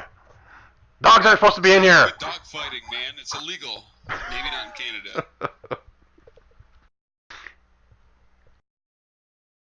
Alright, so what else you guys want to do with that information? Well, what do you think, Twig? I'm not sure. A way to really get it out of there. It sounds like the best we can do is let them stay here for a few days and the doctor observe them and see what happens with our friends. We can keep him under. He kind of looks over the bear. Does the bear understand me when I talk? Not really. Okay. Well, we need to keep him under lock and key for a couple days. So just in case we're not 100% sure on the gestation period and how long he's been infected, if it happened today or whenever, but we got to keep him under lock and key until we can get a better feel for where the thing, or if he even is infested.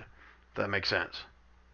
Yes, it makes perfect sense. I'm sure I can get Buttercup and the other two to cooperate. Okay, just full disclosure, I mean, he kind of points out the door across the street. So the barracks are right across the street, so that's where we'll have some of these rooms set up for those that we think might be infested with these things, and keep them under lock and key there until we can verify that they're clear, or if we need to take drastic measures. We do need to make this a priority, though, because I am a bit concerned that there may be more of those creatures on the way. Yes, you and I both. I'm very concerned at how many of these refugees that have shown up today and yesterday and a few days prior are infested with these things. Can we possibly get more surgeons in to help you? I said I managed to make my way out of Injas, but several of the other practitioners of the infirmary in Injas teleported to other places. A couple went to Bildabaras. I think even a couple of them went to Fent. A couple of them went to Telflam as well. As far as I know, I'm the only one that came from Injast. Been doing my best. I'm sorry? You went to Telflam? Yes. So there was a total of 6 of us there at the infirmary of Injast. But when all hell broke loose and they looked like the battle was lost, they started teleporting all of us to our preferred choice that we want to teleport to. So I knew a couple of them were from Telflam originally. I think that's where they teleported to. We might possibly be able to get them back, but I'll have to send messages. Do we have a way to communicate with Telflam here? You can find those who have the sending spell that know them. They could possibly do that. As you probably aware now, the teleportation circles have been put out of service, so to speak. So that's off the radar. And the way now is send it by Raven, but that could be several days. Well, several days is better than no days. Right. Unless, of course, I don't know. I don't know if Kudwar or Jodel are high enough level to do a teleportation, but yeah, I don't want to ask them to use some of their. No, they have other issues they must take care of. Right. I'll see what I can arrange for information to travel to at least Hillflam. I'm from that region, and hopefully I can persuade the gentleman to return here to help you. Right. But I have no doubt that they're probably dealing with the same thing, because all the refugees from Ninjas were being teleported to all over the place, wherever there was a teleportation circle. And at the last minute, they're tied up there, then that plan won't work. Right, and I've been kind of talking a little bit with Singu about what we're dealing with here, and I could help lead the effort. Just depends on how many of them are infested here. Well, then let's get these quarters set up for you and make arrangements to see that you have what you need. Yes, very well. I appreciate that, sir. So, since they're your friends, could you possibly? It'd probably come better from you than it would from me to explain to them the need to put them under lock and key until we can verify if they truly are infested with these things. How long has the gestation period taken, or do you have a clue to that as of yet? By the time we found out about them in Jess, I mean it was obvious. I mean the infested knew there was something inside. They could feel it burrowing around inside of them. So it's hard to say if that was a 1-day gestation or 3 months. I don't know. Right. No, then we must put all these people under observation. The two that I brought in with me and Buttercup here, we know were attacked today, so we can use that for a marking period. Right. Now we had one Slotty that was slain back in Ninjas, and we were just starting to do some investigation or experimentations on that to see if we could figure out how or if it originated from these things somehow. But we ran out of time. Once we were under siege, we weren't able to complete our studies. But and you can see kind of his eyes get bright. Says, wait a minute.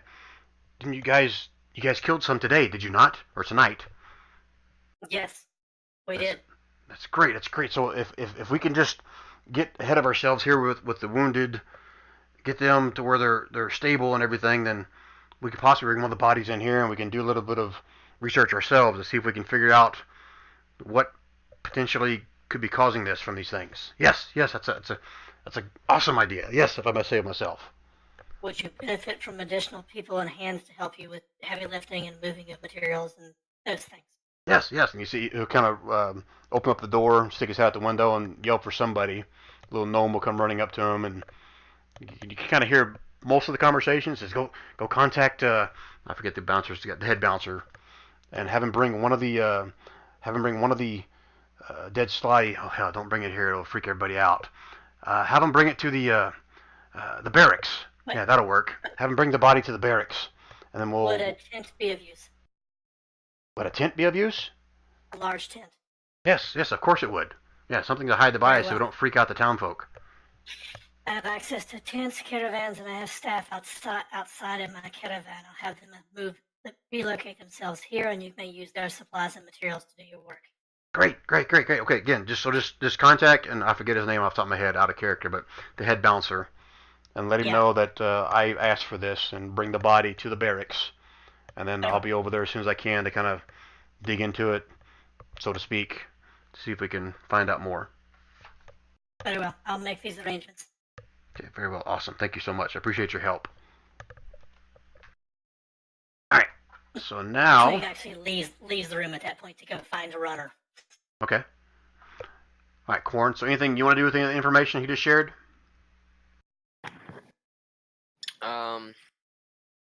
Well, now that he's left the room, kind of to ask Jimba, I'm like, what do you think about all of this? Do you think they actually have a shot at getting it out of him? If he's infected? Kind of looks at you, and he kind of looks down at his belly and lifts up his shirt a little bit. Says, well, it got out of me, but not how I wanted it. So, hell, I don't know. I'm not a doctor. But, I guess your friend there... I just remember having to go through some trouble to get you back after that. And he kind of looks around the room a little bit. So, yeah, let's kind of keep that under wraps. I'm not sure something like that's really going to fly here, if you know what I'm saying. We're in a private room, right? Just me, him, and Buttercup now? I thought that's where we were. Oh, I thought you were having this conversation while Jindu was still there, you said. No, once they've left. Ah, okay, I'm sorry. Jindu didn't leave. Twig left to make arrangements. Oh, no, I misunderstood that. Okay. Well, I kind of have pulled him up to the side then, and like, and whispering. Okay. Right. So he's like, yeah, I mean, you can always bring somebody back, but you run the risk, you know. Again, out of character. You know, well, that's a big deal, right? Yeah. Okay. So he's like, I'm just like, well, we'll have to wait for Silith. I'm sorry that this is taking a little bit longer than expected, but I hope you don't mind waiting. seeing at the Jimbo? Yeah. Yeah, that's fine. Whatever we need to do, man. I'm here for you, brother. Cool. Okay. Anything else, Corn? So you got my private message, right? Yep, I did see that. Okay. So is this Yeah, something. a good point to step away then, or you want to stick around while I? Probably, yeah. I gotta go and pick somebody up. They got in a car accident and it's snowing outside, so. Oh, geez. Hope they're okay. Yeah, so go take They care of seem that. like they're fine, but yeah, I gotta help them out. Okay. All right. I'll If talk you to think of guys something later. else, Sorry just about shoot it to me via email or Discord or whatever, and we can kind of work out the rest of it. You think of something else, okay? that. Will do. Okay. Thanks, Corn. Have a good night, guys. All right, good night. You too, man. Night, Corn. Later. Okay, so now we're back to... Oh, shit, I skipped right past Professor P. I am so sorry, Rand. Sometimes you gotta kind You're of... fine. I've just been enjoying the show. Alright, so you were heading down to Pebblestone's Preposterous Emporum to kind of help out with any more of the constructs that were coming back in from the field that needed help or anything, right? Yeah, pretty much just using any spare parts that I had. I think I had 9 spare parts left to kind of heal constructs who had served the city of Mucklestones. Okay. So, stop me if I've already told you all this. So you know who the owner of Pebblestone's Preposterous Emporium is, right? Yeah, I believe it's some kind of cousin of mine. Right.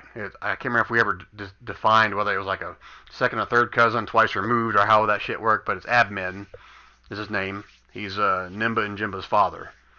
But Okay, in Bim, who was the one at the inn that would be the closest relative, I'd like to say.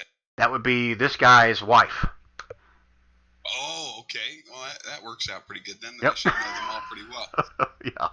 Yeah, So he lets me set up shop outside, I assume, and just offer services free of charge. Yeah, he kind of, him and Halsey a little bit, says, this is a perfect opportunity for me to make money, but okay, that's fine. We're in dire straits here, so feel free to use whatever spare parts I got in the back. This is fine. I'm sure I'll make it up in the long run. But he'll greet you and kind of, he's kind of running around doing the same thing, trying to see how many of these things need to get fixed. The ones that are really bad, he takes down to the back of behind the shop, to where the junkyard is, so to speak. I'm trying to find other parts to fix them. And by the number of constructs that are coming in here, there's probably about 5 or 6 of them that are in pretty bad shape.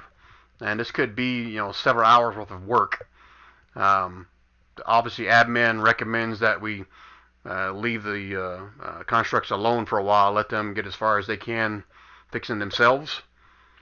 And then we kind of jump in when they've finished getting as far as they can.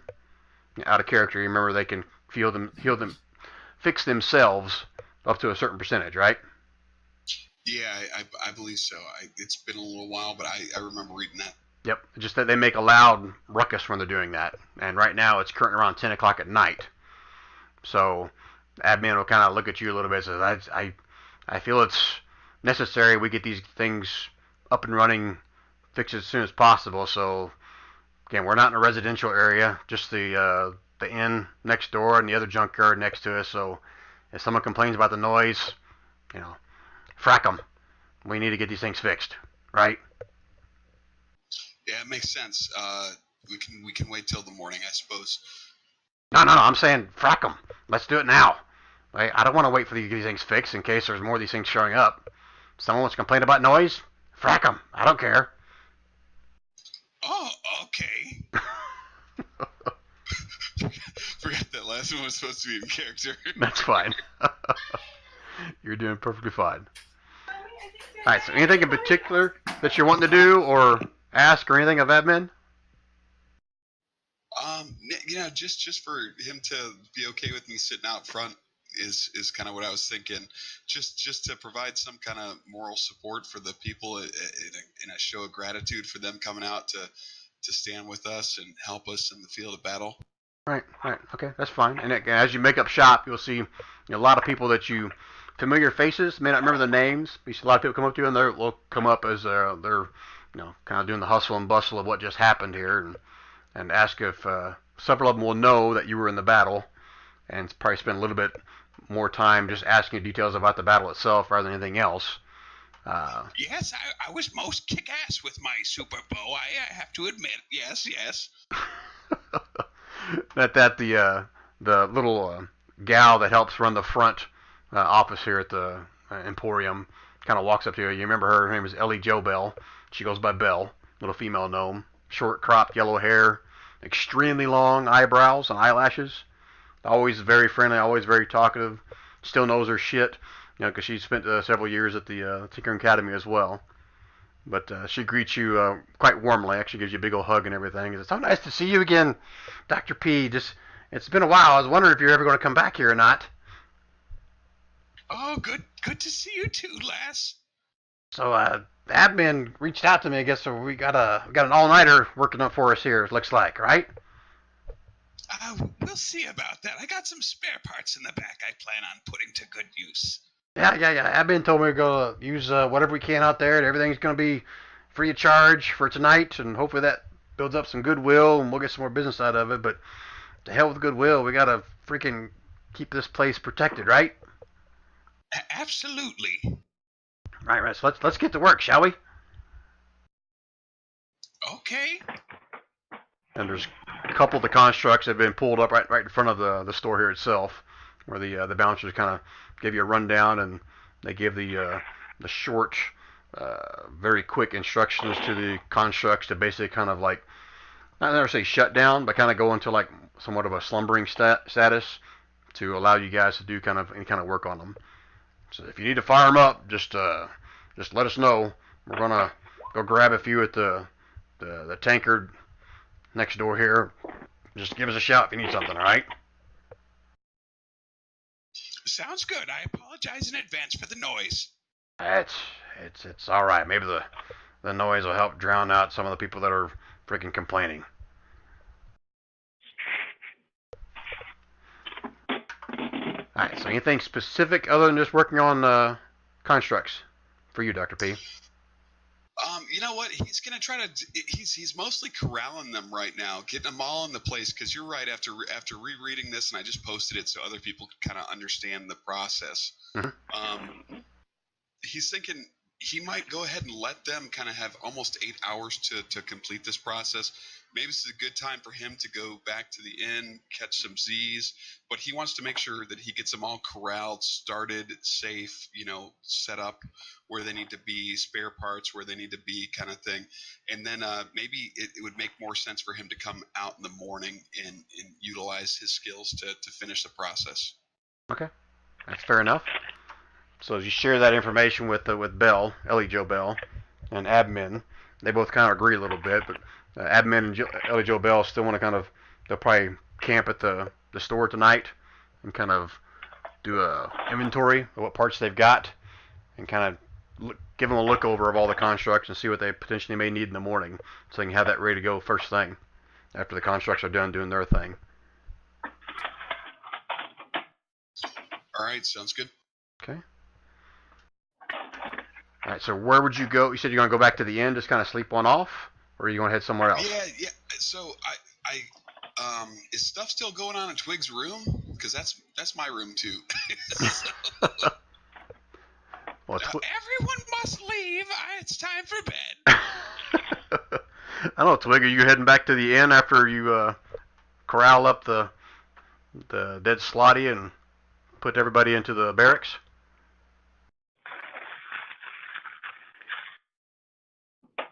Did Twig step away? Sorry, pushing the wrong damn button. No worries. No, Twig will actually, amongst the supplies, there was a tent for him, and he'll be at that tent, and he'll have closed out his room. Okay, so you're going to camp out with... And all their rooms. And Oh. All the to rooms. caravan. So everybody's getting kicked out of the rooms tonight. Is that what you're saying? Lucky for me, Bimba is a cousin of mine. Well, no, there's word for you to come to his encampment. Okay, so as you start checking out, I forget the lady's name, but at the front desk, it's not the owner, but one of the workers there. She'll tell you, so, well, your room's already paid for tonight. You know, I mean, we'll have plenty of other people here that can probably use the beds if you don't mind, but you've paid up for tonight. Let the people use the beds that need to. My party should come to. He gives instructions where they're to go and all that. It says let the others use these rooms. They need them more than we do. Okay, and she kind of looks at you, almost like questioning. Okay, so what are we to do with their stuff that's in the rooms? I will send porters around shortly to have it picked up. Okay, very well then. So we'll hold off on giving the rooms away until. Can I ask who is picking them up? I will send Manford. Manford. Okay. I'll wait for Manford, and I'll share with him all your compatriots' rooms, and he'll round things up. Yes. Yes. Okay. Very well, sir. And she kind of holds out one hand. He gives her a gold piece. Thank you, sir. Thank you, sir. We'll make sure that everything gets tidied up, just like it was before. Thank you. Okay. All right. So while that's happening, back to Sylvia and Usul. Sorry, was something else, Twig? Well, those would be things that I'll send that direct message I sent you a while ago. Oh, all sorry. that been handled during that time frame. It basically he's sending for one of the extra tents to be set up by the barracks. And some of his staff, some of his soldiers and stuff to come up there and help.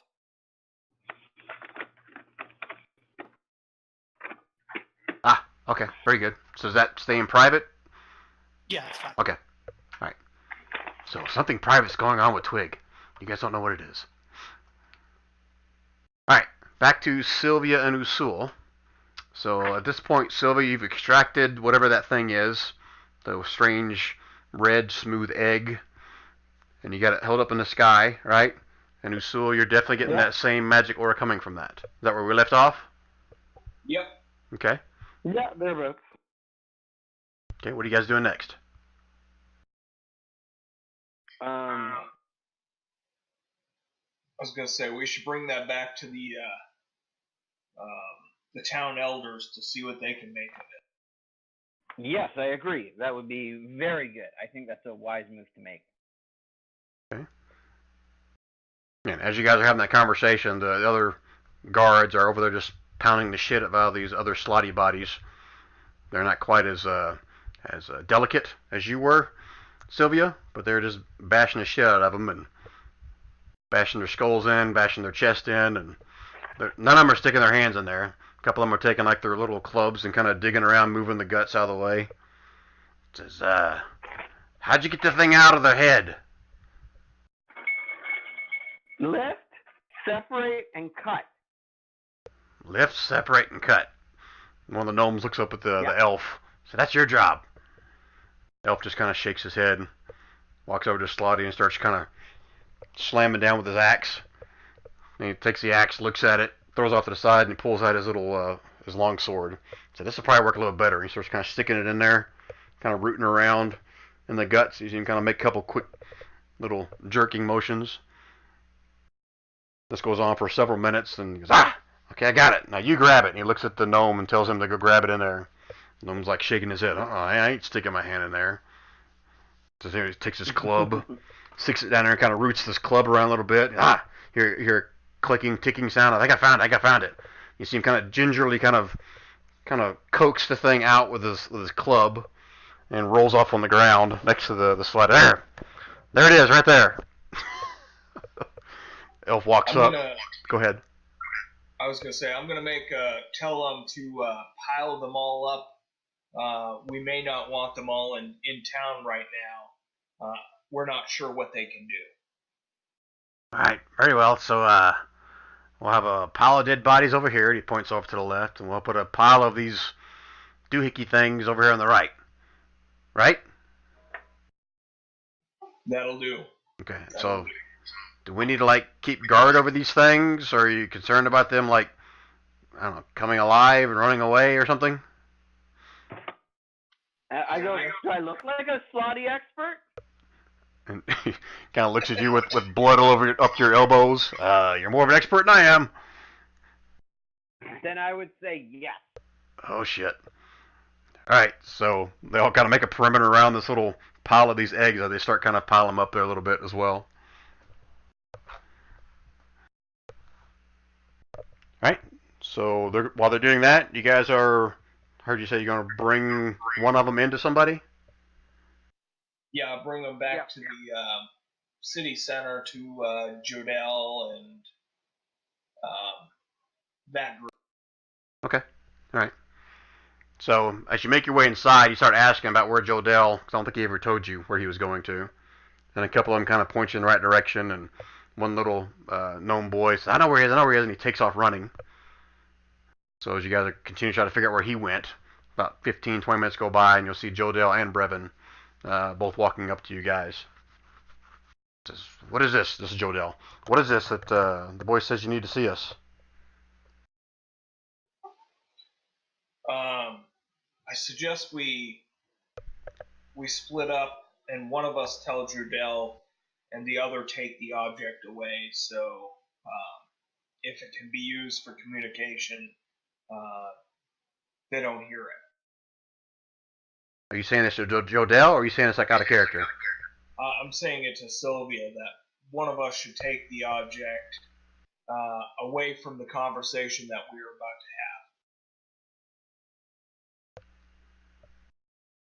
All right, Sylvia, what do you say to that? Pardon? I didn't hear him. Say it again, Usul. Sylvia, one of us should stay behind while the other informs Jodell of what these things are and what we have found. If they're somehow able to communicate what we are saying back to their origin, we don't want them to know what's going on. Yes. Do you want to stay here and look around, or? I mean, I am the one who took it out of the body. I might be able to. Maybe I should take it. It doesn't matter. One of us should report on this, and the other should keep it secure.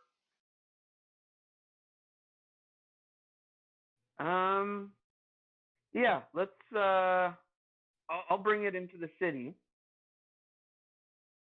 and then you can watch the perimeter here and keep it secure.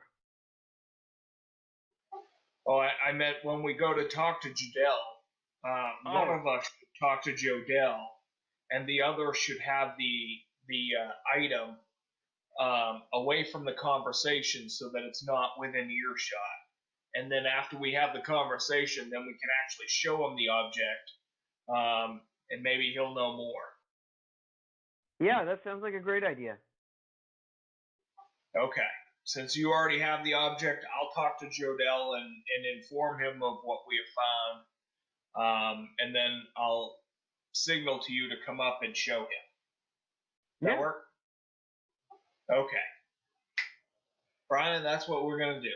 Okay, so Sylvia's staying out in the field with this egg while the rest of the guys are chopping up and collecting more of these things, right? And you're going... I believe we already made it into... We were both going towards the...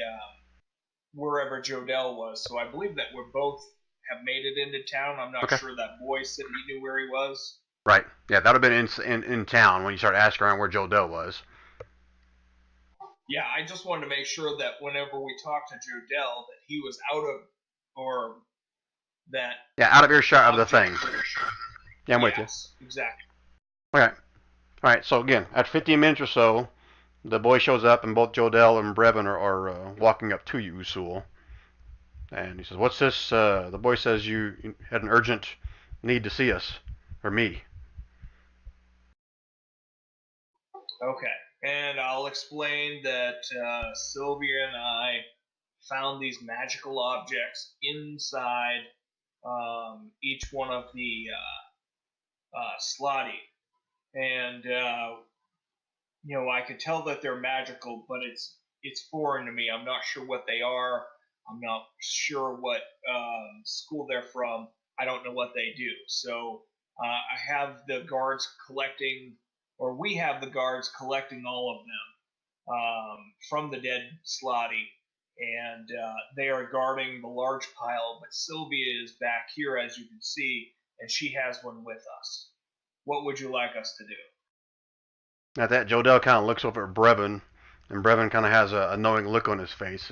He says, "Are they about yay big?" And he holds his hands up, kind of showing you the shape or size of them. And are they deep red in color? I believe that's right. Yes.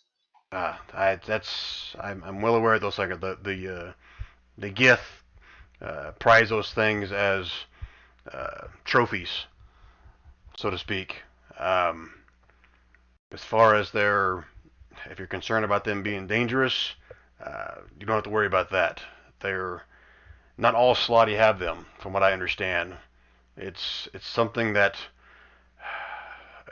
it's a long story, but basically these things will migrate towards the Great Spawning Stone, and when they do this, they are transformed in some way where these things that you're talking about here get embedded into their brains, and it forever links them with the Spawning Stone. Now, like I said, I have it on good faith that these things are proudly displayed all through the Githzerai cities as a mark of a great hunter or a triumph. So there's no danger in possessing one of these, so to speak. So as far as their magical properties, I'm not aware of that. Maybe the Githzerai would know some more, but I have a contact that I plan on us probably reaching out to soon that may know more. Okay, we should find out more. But if they are prized by the gift, then maybe we should take them with us as well. There may be potential there for trade or to show them that we are also great hunters. That's a very good point. I think that would probably be well received by those that are unfamiliar with their ways. But I'll try to prep you guys as much as possible before we get there. But I think it's an excellent idea. And from what I saw, there was 6, 7 of those things that we dropped back there. That'll be a fine haul to bring with us, as you say, to trade or barter with. Okay. Does anybody else know? I guess I should ask. Does anybody else know how to divine what these are? You asking Jodell and Brevin? Yes. Okay, and Brevin will speak up. What do you mean by divine what they are? They're magic of some sort. I would like to know more to make sure that we're not being spied upon, that they cannot do us any harm. You're referring to the magical aura that is emitted from these things, correct? Yes. Well, it is said that this gem or egg or brain or whatever you want to call the thing is actually a piece of the Spawning Stone, and that is how the Slotty use their, for lack of a better term, their navigation skills to migrate their way back to the Spawning Stone every mating season. So there's that portion of it, but like I said, these things have been in the Githzerai cities for eons without any kind of bad thing happening. They don't, the Slotty can't sense, the other Slotty cannot sense where these things are, or if they, well, maybe they can, hell, I don't know, but they're not about to go attack a Githzerai city. But legend has it that the Slotty use these things as a, for lack of a better term, a navigation tool to make their way back towards the Spawning Stone for mating season. Okay. And at that, you see one of his eyes kind of light up a little bit, which may come in handy for us. So we may have to hold on to at least one of these, because that could come in handy for where we need to go. And he looks over at Jodell kind of knowingly. And Jodell kind of mouths the word but didn't say it. Yeah, the spawning stone. Understood. I'll go back and collect the rest of them then, and we'll be ready when we can rest up and make sure that the rest of the party is in good shape. Very well then. That's very good news. So if again, you said the rest of them are outside. That's correct. We have the guards collecting them now and guarding them as we're not sure what they are. Okay. But with your permission, I'll go back and collect the rest of them, and we shall meet up later on. Yes, bring him to the keep. We have some important news to kind of, or plans to work out with you guys, but we can do that in the morning. You guys need to rest up, tend to your wounds. Hopefully the gem core extractor will be complete tonight, if not tomorrow morning.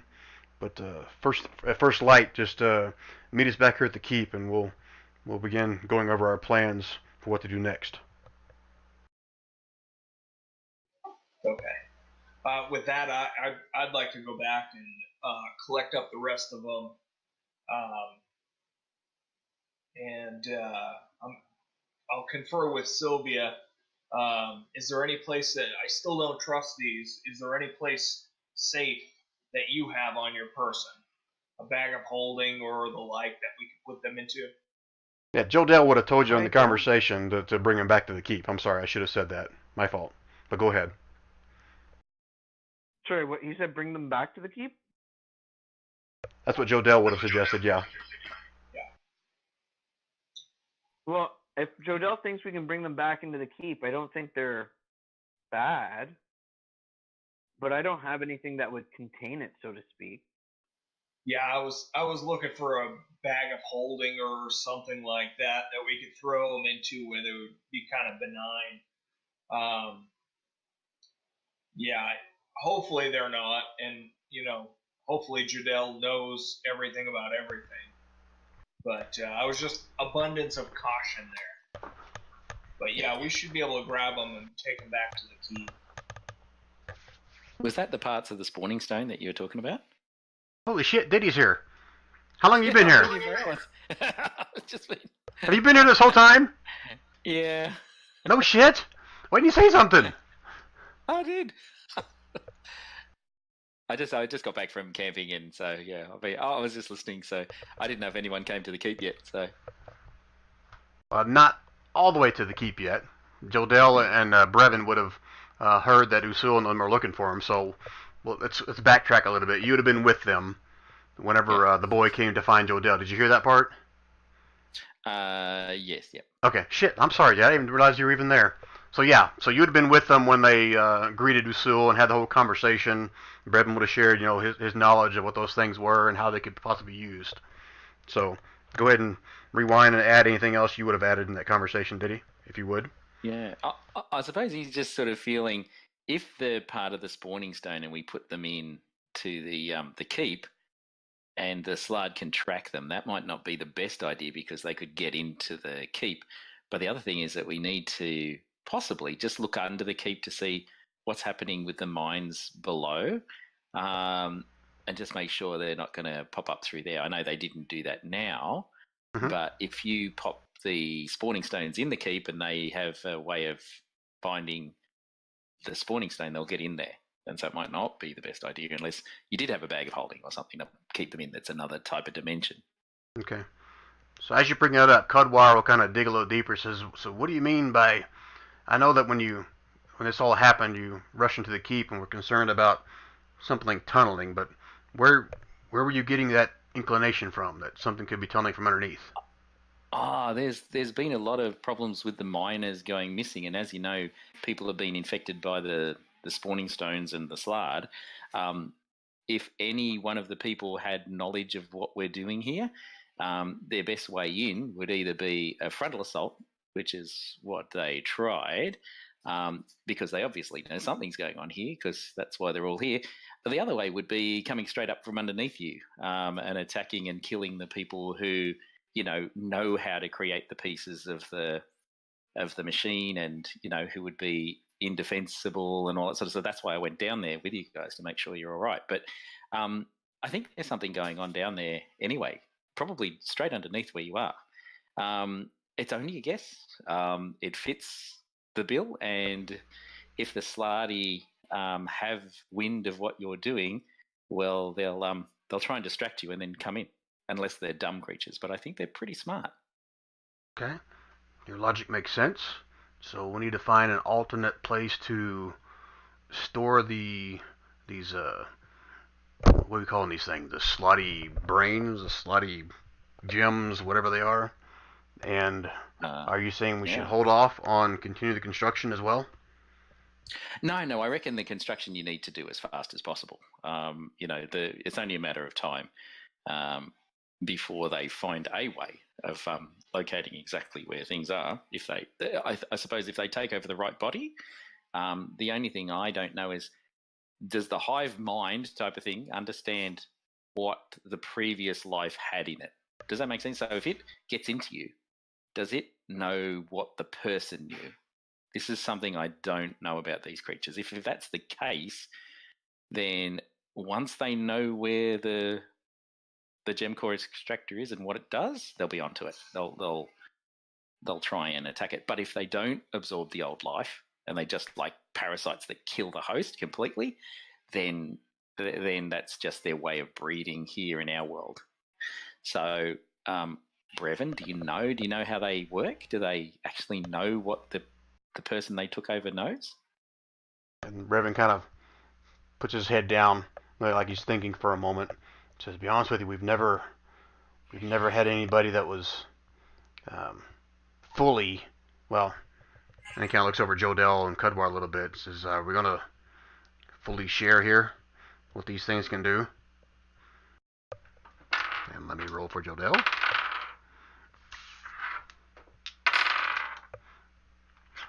Jodell kind of just looks at him a little bit and looks over at Cudwar again.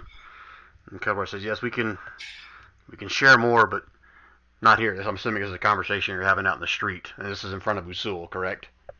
Yeah, I'll say, look, yeah, if you think that anyone's being compromised, I'm sure they'll understand. You can tell Usul, I'm sure he'll understand. Just tell him, because otherwise he feels funny.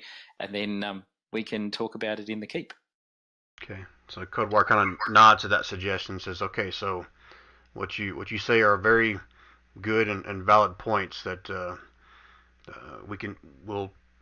I'll share what little bit I do know with you, but it's not in a public forum. But your concerns about the tunnels underneath, I have personal knowledge that the actual mines themselves do not tunnel underneath the keep itself. However, I have also heard the rumors of people going missing, and I just chalked it up to lazy workers that just couldn't hack it and left the next day. Yeah. So yeah, I would recommend we send somebody to investigate these tunnels just to make sure there's nothing tied to the Slotty with the so-called missing, he puts his air quotes up with his fingers, missing miners, or if it's just that, lazy miners that can't hack it. Yeah. Especially if they're digging too under the keep, then you know that they know, and that's pretty important. So, you got to keep them out. If that's the case, I just had a feeling about it, but I'm a bit of a holy thing. I haven't had any special guidance in that area, which is weird, but I can only tell you what I'm feeling. So I think 1 and 1 could mean 2, or it could just mean 11. So. I'm happy to try and just see if the miners are digging towards the keep, and if that's the case, you got a couple of Slarty that know what's going down, and then you're just going to have to get rid of them, and that's basically it. It'd be good to have a person controlled by a Slarty though, to find out from the creature if it knows the previous life of a person, but you'd have to be able to torture the animal inside. You mean someone that's just infested? Yeah. I mean, it's like a parasitical arrangement, right? So, I mean, I'm not the best nature person. Well, actually, I'm pretty good at it. But look, if they attach themselves to the to the person and they just take them over, then and they know everything that they know, that makes them a really nasty adversary, right? But if it's And at that, Brevin will kind of hold one finger and says, "Hold on." Says we're speaking too much in public. oh, okay, let's go. So let's hold off on the conversation until we can get someplace private. There's possibly some things that you don't know that we do that we can expand upon. However, it's now out of character. This is like 11 o'clock at night. Yeah. So, to Kudwar's first suggestion about the mines, he said I'll send a few bouncers down into the mines tonight with a couple of the actual miners to investigate a little bit further to see if there is anything tunneling back or any signs of any intrusion or anything odd down there. Unless you guys prefer to do that, but you just finished a pretty good battle here, and you probably need your rest. But I'll let that be your call. Yeah, I mean, I could go with them. I didn't have much of a battle. I was just making sure you guys are okay, but at least I can check out what's going on down there and help sense them. Okay. Or alternatively, they might have got ways of digging up into one of the houses, and maybe they've got a whole suite of. I'll sort of whisper to him. There might be a whole group of Slutty around that are like in one of the houses, and they're all banding together. And Kudwar will remind you again. Says I've got you remember I've got the ward about it. If it is Slotty, it's going to be unbearable for them to be within this range. And to your point, if it's the non-Slotty like we saw the Centaurs or the Gnolls, then that's a different story. But I'm fairly confident the ward will repel any Slotty they get within range of the city. Yeah, I'll just say to him, whisper very quietly, "What about possessed people?" Possessed by the Slotty? Yeah, but not in their Slutty form. So you and I have different understandings of how this works. Oh, okay. No. I will go with what you say. I don't know how it works. And I'll ask again, do we bring the pretty rocks inside or not? No, unless you can keep them in another dimension. Like a bag of holding's perfect. Yeah, out of character, someone here has a bag of holding. I just can't remember who. Yeah, I couldn't remember who it was either. It's not me. Not Twig. Fairly certain it's not me. It's probably the characters that aren't here anymore. It was probably Baron and Renault had both the bag of holding. There was two of them, as I recall. Oh, well, if we've got one in the party, I'll go pop it in that. All right, can we do that? Yeah, for narrative purpose, I'll say someone here had a bag of holding.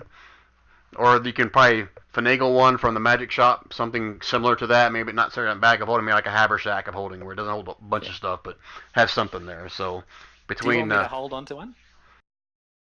Who are you asking? No, Yeah, I'll do that. Okay. I'll do that. So I've not been touched by them, and I suspect that my magic will work well against them if need be. Dokie. Right. So, kind of recap what I think's going on. You guys are going to get all those slotty gem, egg, brain things, whatever. Put them in a bag of holding. Yep. And what are you doing with the bag? You just carrying it around on yourself? Are you putting that bag somewhere? Yeah, just carry it on one of the people. If we had 2 bags of holding, we'll just share them out. So we've got some each. Okay. I'm going to stick with one for right now, because since everyone said they don't have one, I'm just going to say one. And by the time the next session starts, if no one has one, then one of you will magically have a bag of holding. Ta-da! Congratulations. Yep. I could go to the shop and get one too tomorrow if they're not open now, of course. Right. And Kudwar looks at you and kind of waves his hand, says, "Don't worry about it." Says, "We'll secure one. We'll get you something that we can put into." It's an excellent idea of Diddy's to make sure you put this in some kind of a pocket dimension or something for now. So they can secure one for you whether you got one or not. So I just need to know who's going to be holding onto the bag. I would like to hold on to the bag. Okay. Meaning like you're going to sleep with it all night? I mean, it'll be on my person at all times from now until eternity. The end. Okay. And if there's a second bag, I'll hold on to one as well. Okay. All right. So you held that conversation, and like I said, Cudwar and Jodell said that, and Brevin said they want to go over the plans for what they are to do next the following morning. Cudwar will offer to send a few guards and some miners into the mine to do a little investigation. Diddy said he wanted to go with him to do that, correct? Yeah, I'll help him out. Okay. Okay, what are the rest of you guys doing now? Well, by now Twig would have made his way back to his caravan's encampment. He probably sacked out in bed. Okay. Let me put a quick little graphic in there for some, if I can get a caravan graphic, if there's such a thing. Just drop in here real quick for a placement. These all suck. So let me just get a wagon for now. Just describe a single wagon that can be the marker. Yeah. Or a tent.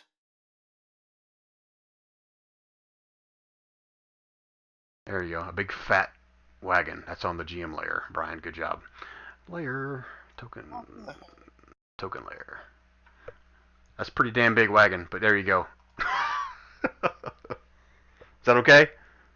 Yeah. Can't move it, but it's okay. Oh, here, I'll let you go into it. So that's the general campground, once I give you access to it, of where everyone's going to be sleeping for the night, right? Correct. Okay. Controlled by Jason.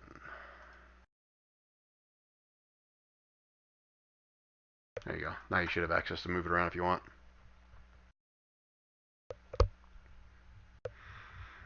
Okay. So Twig, Corn left already in real life. So I'm assuming everybody else is probably going to want some kind of a rest other than Diddy. And Diddy's going to share this information with the rest of the group that he's going to go investigate this mine. Is that correct? Yeah, I'll just go and do because I would have probably just rested in the keep if nothing attacked. I just would have sat down and had a short. Okay. Is anybody going to object or have any kind of conversation with Diddy about what he's about to do? Hard to object when you're sleeping. Yeah, same. So, Diddy, would you wake up the folks to tell them what you're doing, or are you going to do it without them knowing? Yeah, I'll leave a message. Then I'll just sort of say, guys, I'm just going to go down into the mines and just check it out and see if anything's fishy going on down there, and they're trying to get to the gem core extractor. But other than that. Okay, so just so we're clear, leaving a message and waking them up are two different things. So no one's awake. So, look, I know. The person who wasn't affected and who's using the bag is Quarren, yeah? The person that what? Who's the one who's never been affected by the Slardy and using the bag? Is it Quarren's character? Usul. Usul. I'll go to Usul and wake him up and just let him know what I'm doing. So what do you mean by never been involved? Like never been struck? Well, when he was talking to us, he says he hasn't been affected by the Slard, and he hasn't. His magic might be very useful against them. Okay. So I'll just sort of wake him up and let him go back to sleep. But I just say, look, this is where I'm going. I'm just going to help him out just in case. Do you want anybody to go with you? Completely up to yourselves, but you guys got banged up hard enough out there, and I was staying in the keep to see if there was anything coming, but it didn't. But if the gem core extractor is at any risk at all, then we should go. If anyone's well enough to go and not super tired, that would be great. But I don't know. How you guys feeling? I reach into my bag and throw out a tiger, and I order it to go with him. Shit, here you go again. Do I have a tiger? Oh, thank you. Have you done a tiger before? I think you have. I think that's the first time. I don't know, it seems pretty badass. Tiger. Hey, I have a tiger. Okay. I thank him very much and say, yeah, look, I'll let you know if there's anything bad down there. But if there is, I'll send the tiger as fast as possible back your way. That will work. Yep. Yep. All right, Sylvia, you calling it for a night? You sleeping? No, I'm here. No, I don't mean in real life. I meant in the game. Oh yes, I'm calling it. Sorry, I thought maybe I had my mute on so you didn't hear me talk because my dogs were barking. Oh no. Oops, my bad. Yeah, I'm gonna call it night. Hacking up that slotty was not easy work. Okay. I am not a medical doctor. Okay. All right. So this is going to be a solo, I guess, exploration for Diddy into the mines. Correct? Yes, with the miners and whatever they're going to send down with us and a tiger. Okay. All right. So here's what I want to do. Since he's doing this on his own, Diddy, I'm probably going to do a one-on-one with you, since they're not aware of what's going on with that, and I'm fine with that, and we'll kind of walk you through that. And guys, I guess if you ever see Diddy again, you'll know he was successful. If you don't see him again, something went bad. He decides to come out account. Don't lose my tiger. Wait till morning. The worst thing is I go, now, they say one egg is bad. What happens if you've got 33 in you? Is that bad? All right, so give me a second to get my bearings straight about how I'm going to handle what I was thinking about doing here. And then I'll give you guys an answer. So talk amongst yourselves for a second while I read through my notes here. Well, those of you that came to where the caravan was set up, you discovered you have a tent, a large tent for you all for the group to sleep in, 4 of you in each tent. There's a complete caravan with staff, cooking staff, the works. And I'll also say that by this time your crew has also kind of mingled a little bit with the crew from the Swift Sparrow, made friends and everything, so it's kind of like a shared campsite at this point. And Right. just for reference, this big building right here is more like it's like a storage barn for some of the crops and stuff that are out here. So there'd be a couple of farmers that kind of keep watch on it at nighttime, just for critters or whatever else may be coming in there. So you probably make friends of those guys as well. And you'll So- also notice that there are guards patrolling our camp. Mm-hmm. Yeah, there's guards actually making quite a bit of patrols along the perimeter of the city as well, and part of the rounds is also making around all the buildings out here as well, checking on the campsite and everything else. No, I meant there's guards of Twigs patrolling our camp. Ah, okay.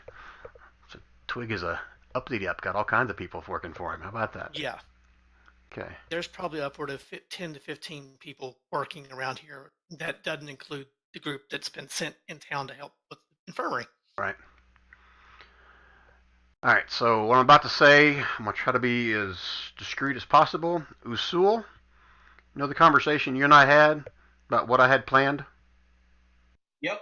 Okay, without that other person here, I'm going to hold off on that. Are you okay with that? Completely fair to me. Okay, Yep. because it doesn't make sense to me to can you do that if he's not here right now? Hey, Brian. So when Dr. P wakes up to pee the third time of the night, notices the bear isn't in the room with him and Twig is gone. Can he decide to go looking around for this camp that everybody else seems to have? Well, I assumed that Twig probably would have had runners telling everybody where everybody was. Is that not the case, Twig? Yeah, there would have been someone there to alert him not to sleep in the tavern. So yeah, through either a runner or a little boy getting another piece of copper, he'll run you down because everybody knows who Dr. P is, right? It's easy to spot him, figure him out, and a little boy will kind of fill you in that the campsite's out by the barn that you're familiar with, out by the Swift Sparrow. Oh, that explains a lot.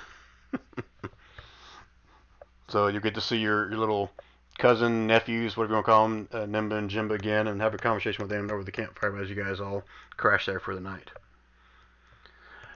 All right, so Okay, that makes sense. Now, how much sleep have we gotten? Like, what time is it in relation to like when he went to bed at 10 p.m.? Is it like, has he been there?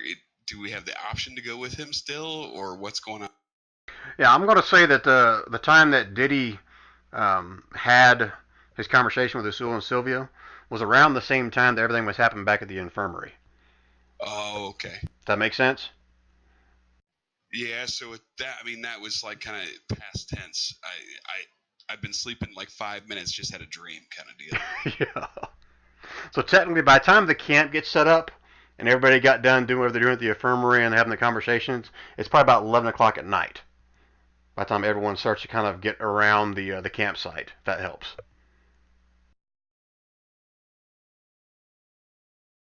Does that make sense? Yeah, absolutely. Okay. Yes. Okay. All right. So what I had planned, I can't do because he's not here, and Diddy's going to dive into the mines on a one-on-one session with me.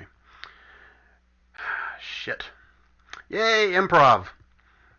Give me a second. I got to figure out how else I'm going to play this.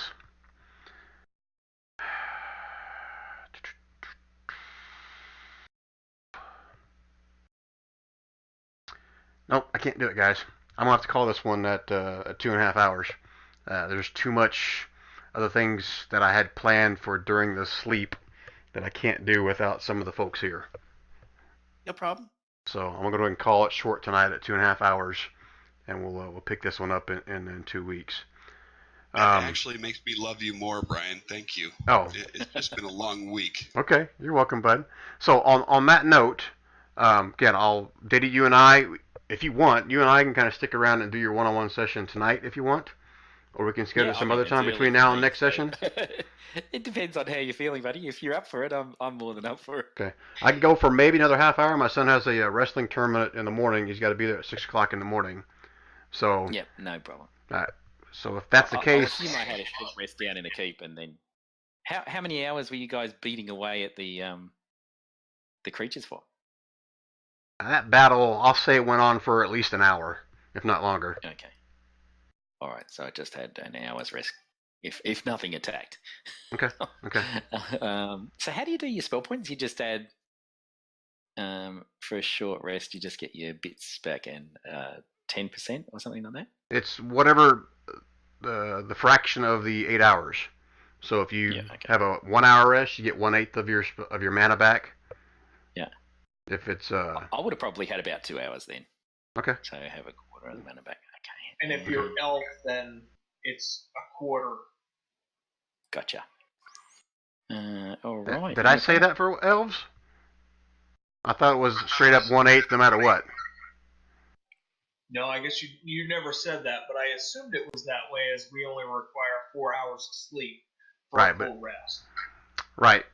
But for mana, it's going to be straight up, whatever fraction of the hour of rest you take. Okay. Okay. And rounded down or rounded up? I'll say rounded up right now because I don't want to look it up. Oh, 14. It was either 13 or 14, so that's cool. Okay.